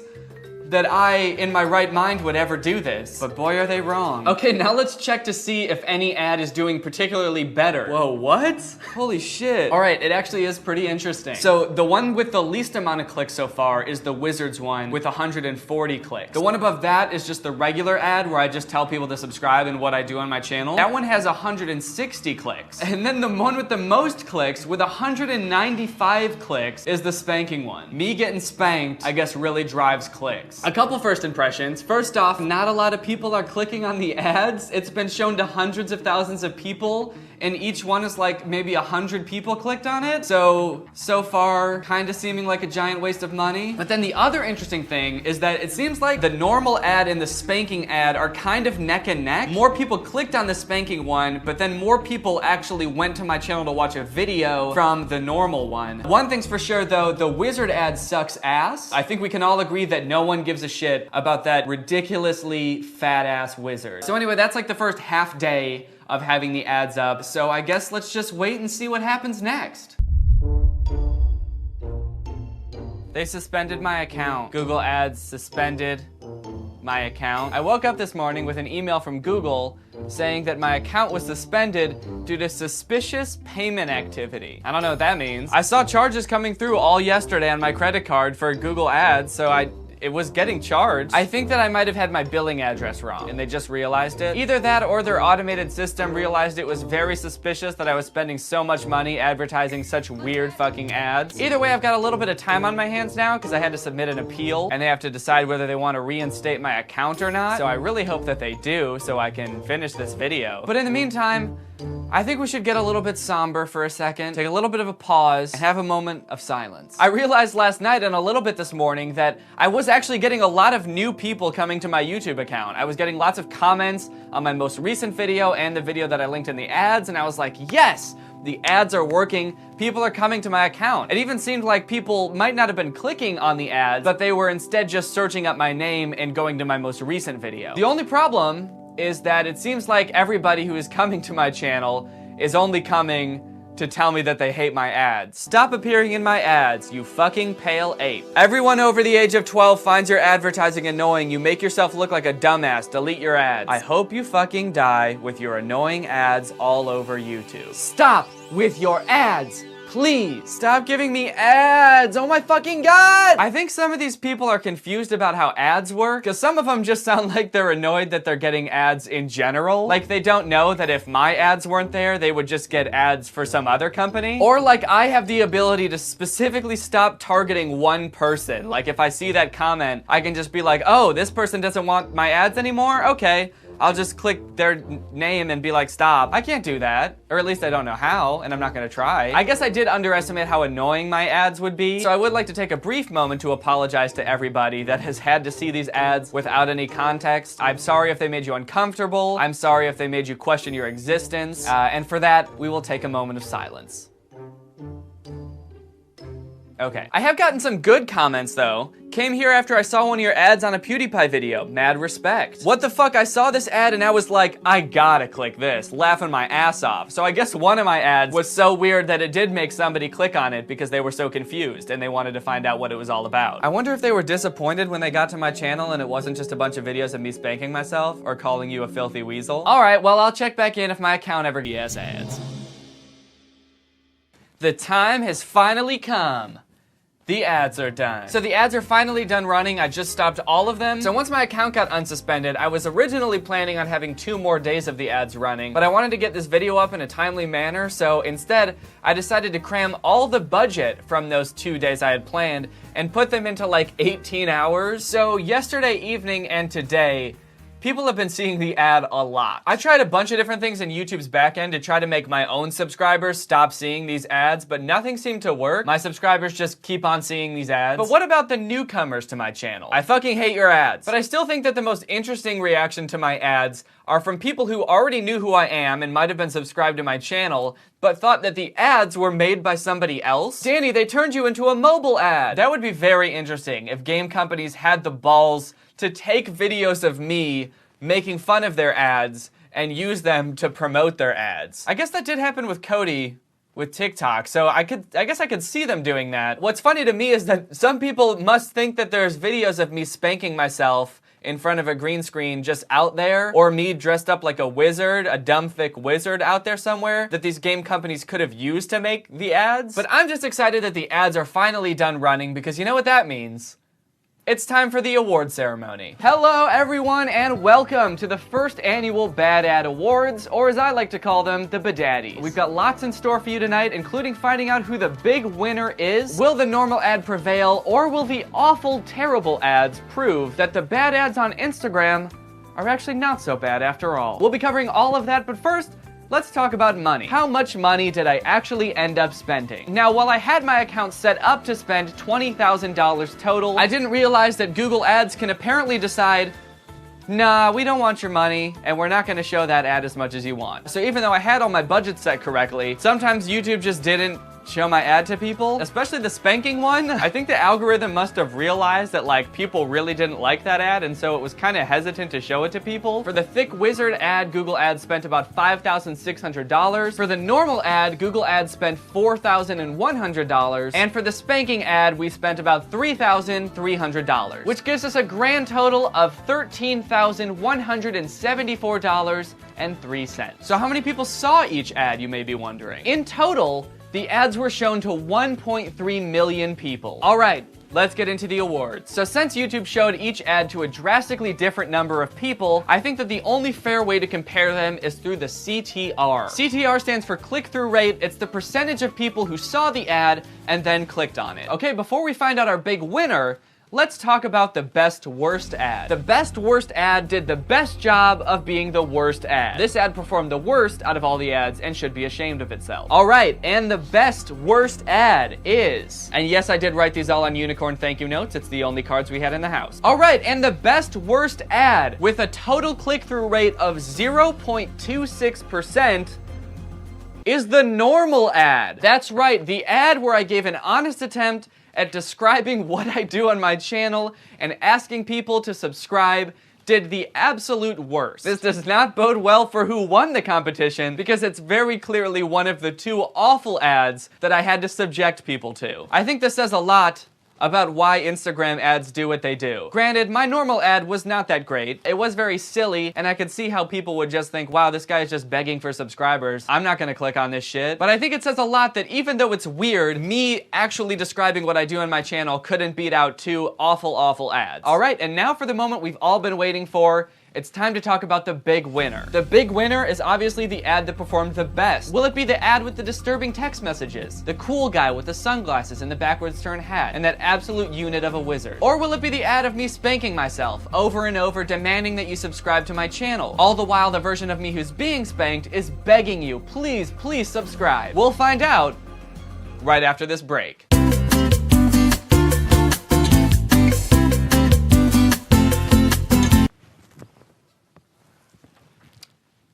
Okay, and we're back. Sorry, I just wanted to dance. And the big winner of the ad competition, with an average click-through rate of 0.39%, is the Thick Wizard ad. That's right, despite how bad it was doing at first, the Thick Wizard ad actually pulled through and got the highest click-through rate out of any of them. These results don't make any sense to me. I mean, I didn't expect the bad ads to do better in the first place. I thought this entire video was going to be me proving that these bad ads need to stop, and the only way to do that is to show that honest ads work better. So in that regard, I'm totally confused as to why the normal ad did so much worse than the other ones. But even between the spanking ad and the Thick Wizard ad, I did not expect the Thick Wizard ad to win. For one, that ad is the only one that doesn't even show or mention the fact that I have a YouTube channel. So I guess maybe the fact that the Wizard ad was more vague helped it? Another interesting thing I want to see is, did I actually gain any subscribers from this? So I gain like a different amount of subscribers every day, so a tiny minuscule change wouldn't really show up in my analytics. The only real way that I think I can check this is by going to the Billion Surprise Toys video that I linked to in all of the ads. So before I started running the ad, it looked like I gained about 30 to 50 subscribers a day from that video, and on the first day that I ran the ad, that went up to 90 subscribers. But then it dropped back down to about where it was before. So while I can't be 100% sure, because it's almost impossible to tell, it seems to me that spending about $13,000 on these ads got me about 40 subscribers. So I guess you could say it was all worth it in the end. All that trouble I went through and all of that money I spent, but hey, what would I do without those extra 40 subscribers? So, would I recommend making ads like this? I guess so. As long as they're as vague and confusing as this one, I guess people will click on it. Actually, not really, because when you look at the click-through rate, 0.39. Even though that was the best one, less than 0.5% of people who saw the ad clicked on it. That's not very good. Would I recommend advertising your YouTube channel using Google Ads? Fuck no. Everyone hates me now. All of the comments I keep getting are just like, oh, why don't you just die already with your stupid ads on your stupid videos? So no, I would not recommend this to anyone. All right, well that concludes the first annual Badaddies. Thank you all for watching, and now a word from our sponsor. Hey there, Jimmy. What are you up to? Hey, mister. I'm just sitting around, coloring, waiting for my credit score to get better. Uh-oh. Well, that sounds awfully lame. Yeah, I've been trying, but it's taking so long.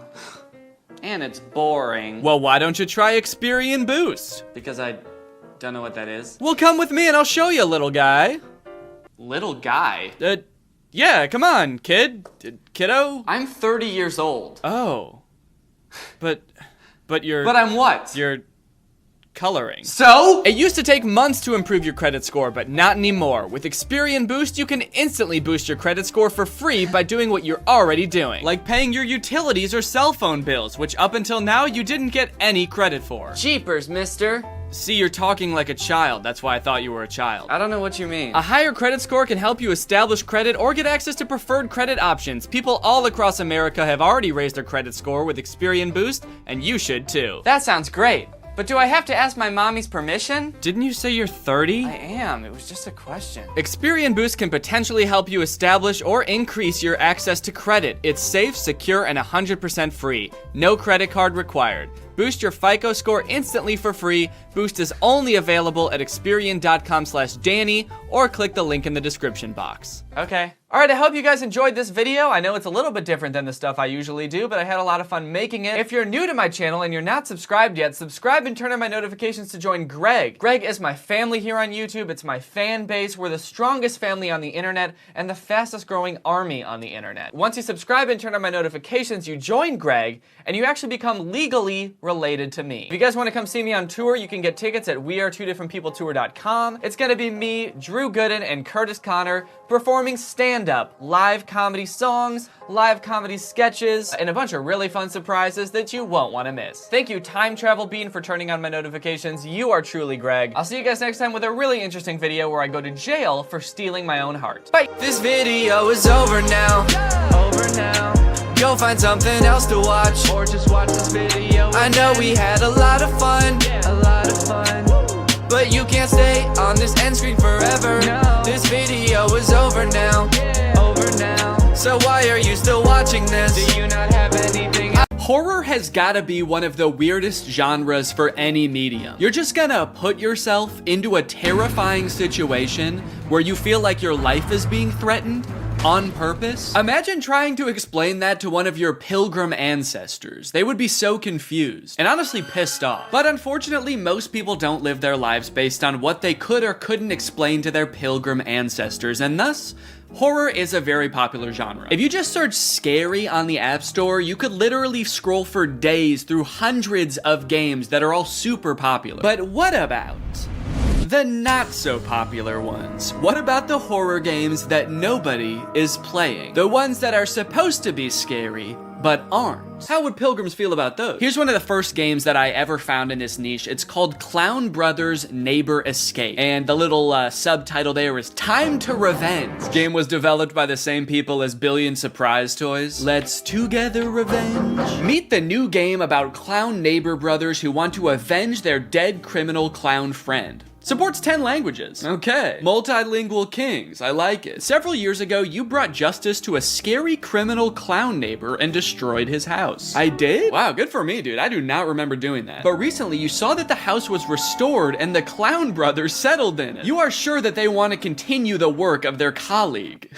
You must prevent this. So I guess I got their friend arrested and destroyed his house. That seems like a little bit much. Like, you know, if he's a criminal clown, by all means, call the police. But to destroy his house? I don't see any reason to do that. We're facing a housing crisis in this country. There's no need to make it worse. I love that they call the other clown their colleague. What, do they work at Microsoft together? Very often you notice that these clowns behave strangely. Yeah, I think your first clue to that would be the fact that they dress like clowns. They often say hello. Strange. Watched you and laughed. They're just making fun of you. They're bullying you. These clowns are up to no good. I know they're plotting something. Every time they see me, they point and laugh and say, hey, you fucking dork. I think I have to blow up their house. And then here's some pictures from the game. The two clown brothers do look very scary. A couple things I'm noticing in this, they drive a very cool car. They may have an unorthodox fashion sense, but I like their car. I love the fact that they're proudly displaying an American flag in front of their house. They're like, listen, we may have our differences. We may be two clowns from hell, but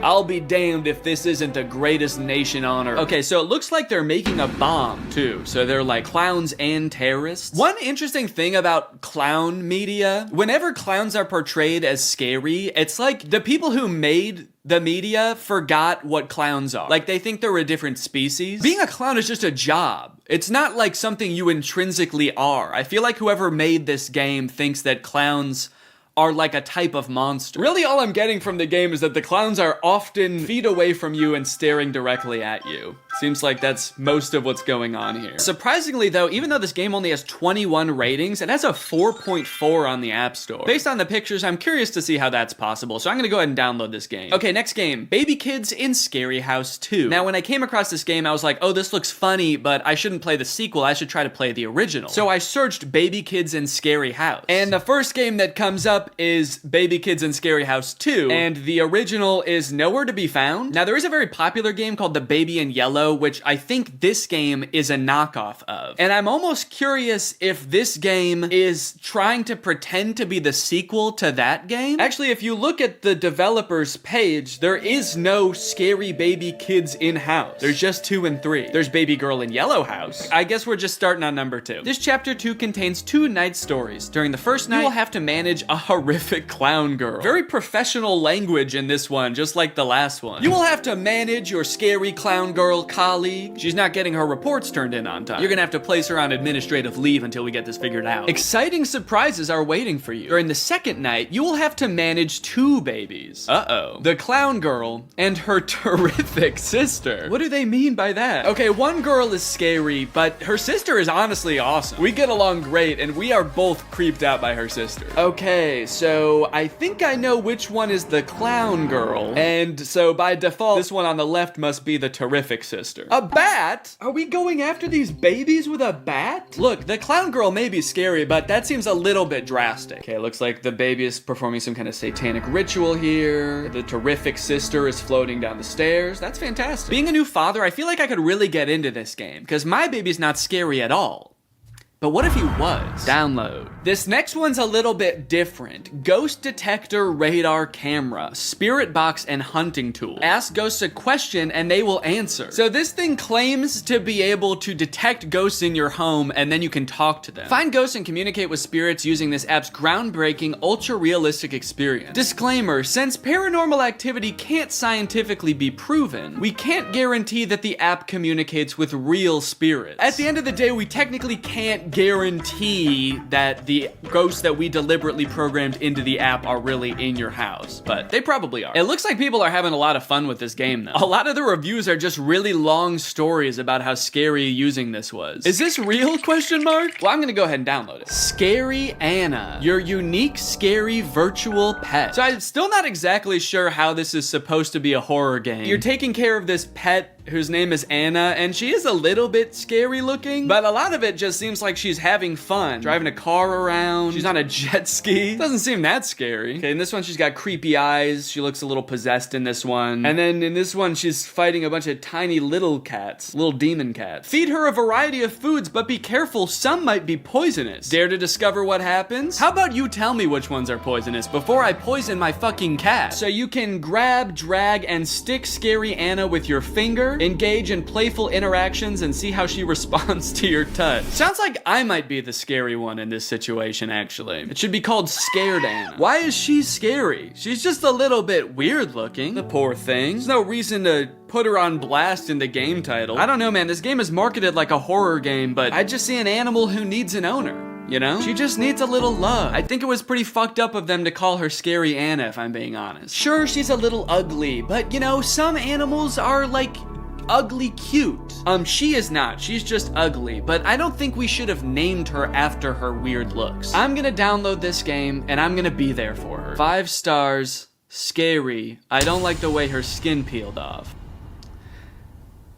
Okay, I don't know if I'm gonna like this game. Before we get into these games, I wanna thank Opera Browser for sponsoring this video. I've been using Opera Browser for a while now, and it has really helped increase my productivity while writing and planning videos. It is faster, safer, and smarter than default browsers, which means it has a ton of features that make my process much smoother. Like Opera's native in-browser AI called Aria, which makes it really easy to get answers and do some surface-level research really quickly and easily. While browsing, you can highlight any word or term that you're not familiar with and ask Aria to briefly explain it, or you can just ask it questions like, what are some of the worst horror games on the App Store? The great thing about this is not only does it give you some great starting points, but it also links to the relevant pages for each answer. Tab islands are Opera's way of organizing tabs by grouping similar tabs together so you can save space and time. This is really helpful when I'm writing videos because I can have multiple Google Docs open, multiple YouTube videos open. They can easily be grouped together so I don't get overwhelmed because I am easily distracted. They also have an ad blocker and a VPN integrated into the browser for free. This browser is like a million useful things bundled into one app. It's crazy. Also, I just like the way it looks.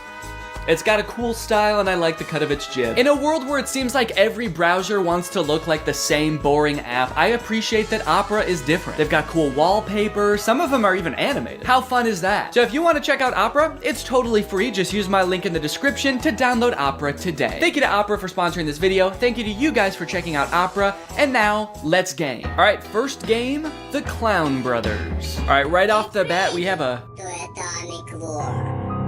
I think they just said they're preparing for atomic war? The clowns start to dish out the lore right away in the title screen. 1, they're preparing for atomic war. 2, they are good neighbors. And 3, they are going to kill you.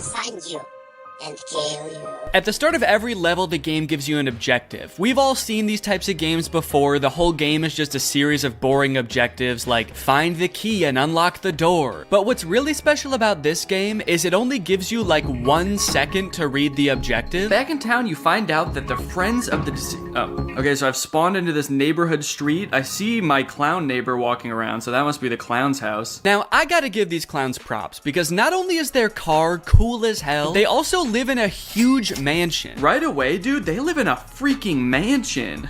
Oh my god. There must be a ton of money in making nuclear bombs and killing your neighbors. What do these clowns do for a living? Turns out they're like lawyers and doctors. They actually are like really making the world a better place. And speak of the devil, here comes one now. Oh!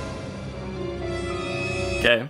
I thought he was gonna kill me. He just came up and stood like this. I mean, pretty scary thing for your neighbor to do, but for your Russian spy terrorist clown neighbor, all things considered, not that bad. Every time you die in this game, of course you get an annoying ad, but I recently learned a cool little trick. If you turn off Wi-Fi and use airplane mode, the ads can't load, which makes this game way less annoying. I'm still getting an ad, but it's for nothing. And this worked for a while, but eventually I did somehow get an ad again. How did this ad load? I have Wi-Fi and airplane mode turned off. How did I get an ad? Are some ads just baked into the game? Mysterious indeed. What are these clowns hiding, and what does it have to do with Chicago's best party tents? Okay, can I read this time? Back in town, you find out that, shit. Eventually, I figured out the first mission was to find a green key and a gray key and unlock a special room. The problem being, this house is fucking gigantic. And no offense to these clowns and their interior decorating prowess, but every room looks exactly the same. So I spent like a half an hour walking from room to room, not sure where I was, which rooms I had already explored. I might have been walking back and forth between the same 2 rooms for like 15 minutes, to be honest. Oh! I got you, young man. I gotta be honest, dude. I'm not an evil clown, but if I caught my neighbor walking around in my house, even my reaction would be more extreme than theirs. I feel like they're honestly letting me off the hook pretty easy. You know, it'd be easier to avoid them if they could just stay in one room of their house like normal people. I guess this is just what makes them so fucked up in the head. They don't just hang out in one room. They're constantly milling about. You know, you're not gonna finish your bomb if you never stay in one room for more than 3 seconds. I decided to take a brief break from the clowns to explore what I assumed to be my own home, and I was pretty confused with what I found. Is this my house? It's a very open floor concept I've got going on here. Bear trap on the table? I feel like I've got my own demons to work on before I go try to bring these clowns to justice. I'm living in a gigantic room made of sheet metal, and I've got a bear trap on my desk. What I didn't know then is those bear traps are actually one of the only semi-interesting parts of this game, because it turns out you can actually pick them up and trap the clowns with them. Oh, he's trapped! Haha! I got, oh, whoa, what happened? It disappeared. Somehow this steel trap that is meant to maim 500-pound bears does not kill the clowns. It's just a minor inconvenience at most. These clowns are honestly super zen. Nothing gets to these guys. How does that happen? What did he do to the bear trap? It's worse than I thought. These clowns fucking eat metal. Oh, and here he is. I finally finished the first level after what felt like an eternity. Let's go. Mission complete. And I'm back outside for some reason, even though I was just in the security room. Had to go out for a breather, take a quick smoke break, and then it's back into the clown's house. The next mission, find a book. And in order to do that, you have to find a gray and green key. Oh my god. All right, scary clown neighbors. Would I say that it was scary? Not really, just frustrating and boring. Next game, Scary Baby in Kids Scary Kids Creepy Baby House 2. For 99 cents in this game, I can get rid of the ads. Do I really want to do that? This game that I'm gonna play for like 30 minutes max? Is that worth 99 cents? I'm already doing it. The beginning of the game starts off pretty normal, just doing some normal babysitting activities. So here's the baby. The clown baby. Hello, I will be back home after I finish my work. So not only are we dealing with a clown baby, we're dealing with Robo-Mom too. Hello, I hope you find my baby is not too evil today. I will be home by 8. Sorry you've never seen me in person. I swear I'm not a robot. Sweet little baby, let me pick you up. Holy cow, you can really fling this kid around. Why are they like this too, holding up little finger guns? Nothing scarier than a clown baby going, hey, how's it going? I feed the baby, take her to change her diaper when she starts farting like crazy. But that's when things start to get a little weird. Okay, here's the diaper. Oh, good thing we have one diaper laying on this table. That's gonna be.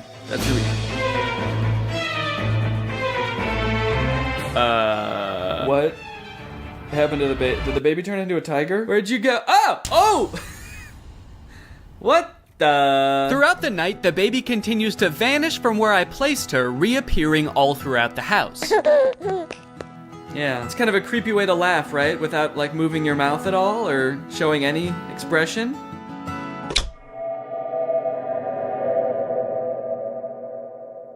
So that's kind of weird. This makes it seem like the tiger's actually the evil one.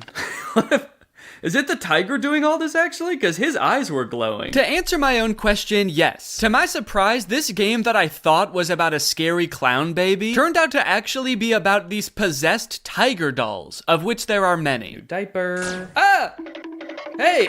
Come back! They keep moving the baby, they set things on fire. The baby seems to be just as upset about them as I do. And I guess they're kinda scary, but like, this game was supposed to be about the babies being evil. Did the developers forget what their own game was about? Why did they make the baby this creepy clown baby if she's not even evil? She just happens to dress like that? I guess it just goes to show that you can't judge a book by its cover. No, find a weapon? It's nice that they're giving me time to do this. Giving me time to slowly saunter around the house and find a weapon. Hit. They really don't put up much of a fight. This is, it's easier than I thought, actually. I was kind of disappointed they didn't put up a fight. They were kind of scary earlier, but the second I picked up the bat, they just accepted their fate and let me kill all of them. Oh, no. Dude, what are you guys doing to my baby? What did you do to her? Sweetie, did they make you evil? What do you get out of this? Pick up baby and play games on computer. I don't know if that is like the best course of action after what just happened, but okay. And with that, I pretty much gave up any hope of this game scaring me. Just like every mission-based game, this game got pretty repetitive, and even the clown girl's terrific sister showing up didn't add much pizzazz to the game. In fact, she was actually kind of rude. Don't look at me like that. I've had a really rough night. Sorry if it took me a few extra seconds to feed you, but I don't know if you noticed, the house is under demonic control right now, so cut me some slack, okay? Was it scary? There were a few parts that made me a little bit spooked. I feel like it might be as scary as it's gonna get in this game. I'm gonna give it a thumb sideways and say, Now it's time for the dreaded ghost detector app. Now guys, I'm no stranger to ghost hunting, alright? I've done it before. I've tried talking to ghosts. So far, it hasn't really worked. I've been a little bit scared by it, but I've never done it at my own house. If I find a scary enough ghost in here, I might have to move. Now, I have no evidence right now that my house is haunted. As far as I know, nobody's ever been murdered here. Nobody's ever died with unfinished business here. I actually made sure with the realtor when I bought this house that everyone who's ever died here had finished their business. You must affirm that you have reviewed our privacy policy. Let me go ahead and check that out, actually. The privacy policy is like, you acknowledge that we have the right to place real ghosts in your house, and start. Upgrade recommended. It already wants me to upgrade to pro. Okay, great. Ask more than 5 questions per ghost, access to all ghost stories, more ghosts added regularly. Well, why the fuck would I want that? More ghosts added to my house? Let's go ahead and try without for now. Walk around slowly to detect entities. After just a minute of panning my camera around, my first paranormal entity burst onto the scene. Ghost signal acquired. Oh! Okay. We've got a ghost standing over there, and it's actually like interacting with, that's kind of weird. Signal lost. It's gone. It didn't like that. Didn't like being tickled. I guess I have to be a little bit more polite to the ghost when it comes around next time. Let's see. Ah! Yo! Okay, now I gotta act quickly. Okay, so tickle, tickle, tickle. And now I'm gonna ask it a question. What is your name? Are you male or female? What kind of entity are you? Are you good or evil? Let's just go ahead and ask, what kind of entity are you? Okay, there's translating. I guess you'd call me a ghost. Okay, yeah, I figured that because this is a ghost detector app. Why are you just frozen in place like this? Is this some kind of pose you're doing? Are you posing for a picture? This is a video. It's an app. Let's go ahead and ask you another question. How did you die? I had a son who wasn't quite right in the head. He had a real bad temper. One day, I said something to him, and he just snapped. I should have seen it coming. Damn. Did he chop off your legs? Because you don't have You don't have legs. Is that what he did? Damn, I wish I could ask it like my own questions. I feel like I have much more interesting questions that I could think of than these. Like, what is the ghost world like? What is it like to be dead? You know? Did you have a job? I really think the ghost wants to talk about her job. Yeah, I worked at Neiman Marcus. That's really probably not at the top of her head right now. Why have you come here? That's a good question. I want to make things right with my son. We didn't always have the best relationship. I'm so sorry. Oh. Okay. Well, I don't know what to tell you about that. Never met your son. I don't think I know your son. He definitely doesn't live here because it's just me and my wife and my son. And I'm not your son. So that takes care of all the sons here. I think you might be haunting the wrong house, actually. Can I say that? Where did you live? Yeah, where did you live? Did you live here? Columbus, Ohio? What? Why are you here? Did I summon you all the way from Columbus? Sorry, I thought... What? I thought for sure that you were supposed to be a ghost haunting this house. Why are you here? I live in Illinois, by the way, not Columbus, Ohio. So you traveled 2 states to come here, a place where you never lived, to try to reconnect with your son, who definitely does not live here. Oh, and I can't ask her any more questions because I have to upgrade. So the Pro Plan has improved accuracy. Does that mean like more accurate ghosts? Will I get ones that actually are from around here? All in all, pretty disappointing. I'm starting to think that wasn't even a real ghost. Okay, so there's also stories on here, aside from the ghost detector. Oh, scary user stories. I can read scary things that have happened to other people on this app. We are not going into my little brother's friend's house again. We looking a ghost. It was evil. I just saw Bert, named Old Good Man. He was born on year 1810, but I think that it is not much scary app. It's just funny. I saw this old dead guy, just pretty funny, honestly. He got murdered by his son. He's just here to reconnect with him. It's just kind of funny, just goofy stuff. But I am thinking about it, that it was real or fake if it is real, so I am very sad about Bert's death. Okay, well at least, you know, they're offering their condolences to Bert. People don't talk about how sad ghosts are. People just make them seem scary, but it is sad that they die. I feel like we don't talk about that enough. Is this for kids? Because I am a kid, okay? I just wanted to see if my great-grandpa is a ghost. I miss him so much. Oh, dude. That's just kind of sad. That just makes me feel sad. They just wanted to see if their great-grandpa was still here, and they probably opened up the app and saw some ghost like... I decided to walk around to see if I could find ghosts in other corners of the room, and to my surprise, it turned out there was a ghost right where I was sitting the whole time. So it turns out there's a ghost actually right where I'm sitting. Strangely though, this ghost didn't appear on the minimap, and I also couldn't click on it to interact with it. Okay, I don't know what this is supposed to be. Hello? Because it hasn't said like entity detected or anything. Does the app not know that this thing is here? This ghost is just going rogue. Bert? Alright, well, was ghost detector camera scary? No. It was kind of just sad. Alright, it's the next day. Let's play Scary Anna. Scary Anna would like to access the microphone. Uh-oh. Do I get to talk to Scary Anna? Allow. Okay. Wow, no. Hello? Hello?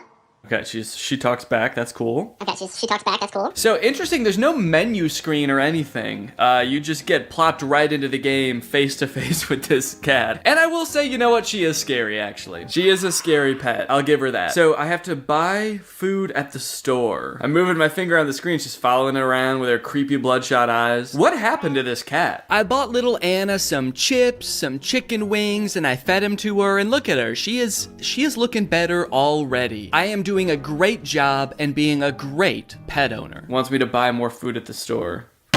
Oh, what? Oh my god, wait, I'm dragging her around. Yo, what the fuck? Oh my god, that's so violent. Anna, I'm sorry, I didn't know I was gonna do that. That was really uncalled for. I'm not gonna do that anymore, okay? In fact, let's go ahead and wash you off. Maybe we can take a bath. Maybe you'll look less scary when you're clean. You do look a little less scary. Look at you. Oh, that filled up your little toilet meter. Okay, maybe now we need to go to sleep.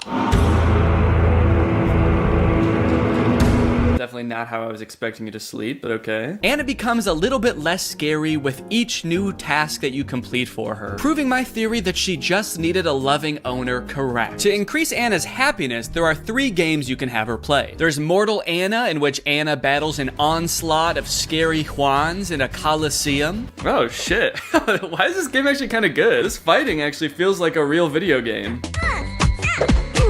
It like goes into slow-mo when you kill a Juan and everything. This, for whatever reason, makes Anna ecstatic. She is a bloodthirsty monster and loves killing her some Juans. Then there's Hill Climber and Wave Race. Woo! I definitely wouldn't say this game is scary. I'm actually having a great time right now. This is a beautiful scenic drive. I guess the only thing scary about it is Anna herself, but she's getting less scary by the minute. And if it was that she was only scary because she was malnourished, sad, and tired, then really it was my fault that she was even scary in the first place. I was just not taking care of my cat. And then I have the gall to name her Scary Anna. So is this really the only way to make your cat happy? Get him on a jet ski? Your cat's gonna look just like Scary Anna unless you do this with them constantly. You need to put them in a little ATV going up hills and stuff. You need to put them in a jet ski. They need to kill Juans, quite frankly. Damn, well that's definitely not gonna make her happy. I took great care of this cat. I maxed out all of her traits. In fact, at one point I even overfed her and she got a little bit chubby. Oh wait, I fed her too much. Okay. Well, I'll clean her off. I didn't know that you could overfeed her. I'm sorry, Anna. I was trying to make up for my previous transgressions towards you. I did not mean to do that. Okay, so you're totally happy, you're totally clean, you're totally well slept, and you've overeaten a little bit. You still do look quite scary. So I think at this point, what I'm gathering is that you might be a little far gone. I think no matter what I do for you, actually, you're gonna always look a little bit scary. I think it's probably a few underlying medical conditions. It's nobody's fault per se. Maybe you were born like this. You were just born scary. Didn't the description of the game say something like, see how she reacts to your touch? Like there'd be some kind of interesting, you know, fun ways to interact with her. It's basically pain. Pain is how she reacts to your touch, it seems. All right, well, that's it for that game, I guess. I did literally everything there is to do in the game. Was it scary? The game was not scary, but Anna, I'll give it to her. She's scary. Well, even though I wasn't really scared by any of these horror games, I do feel like I'm walking away from them with a new lifelong friend. The Terrific Sister. Oh, did you think I was talking about Scary Anna? No, she's gross. I hope you enjoyed this video. If you're new here and you're not subscribed yet, make sure you subscribe and turn on my notifications to join Greg. I'll see you guys next time. Bye-bye.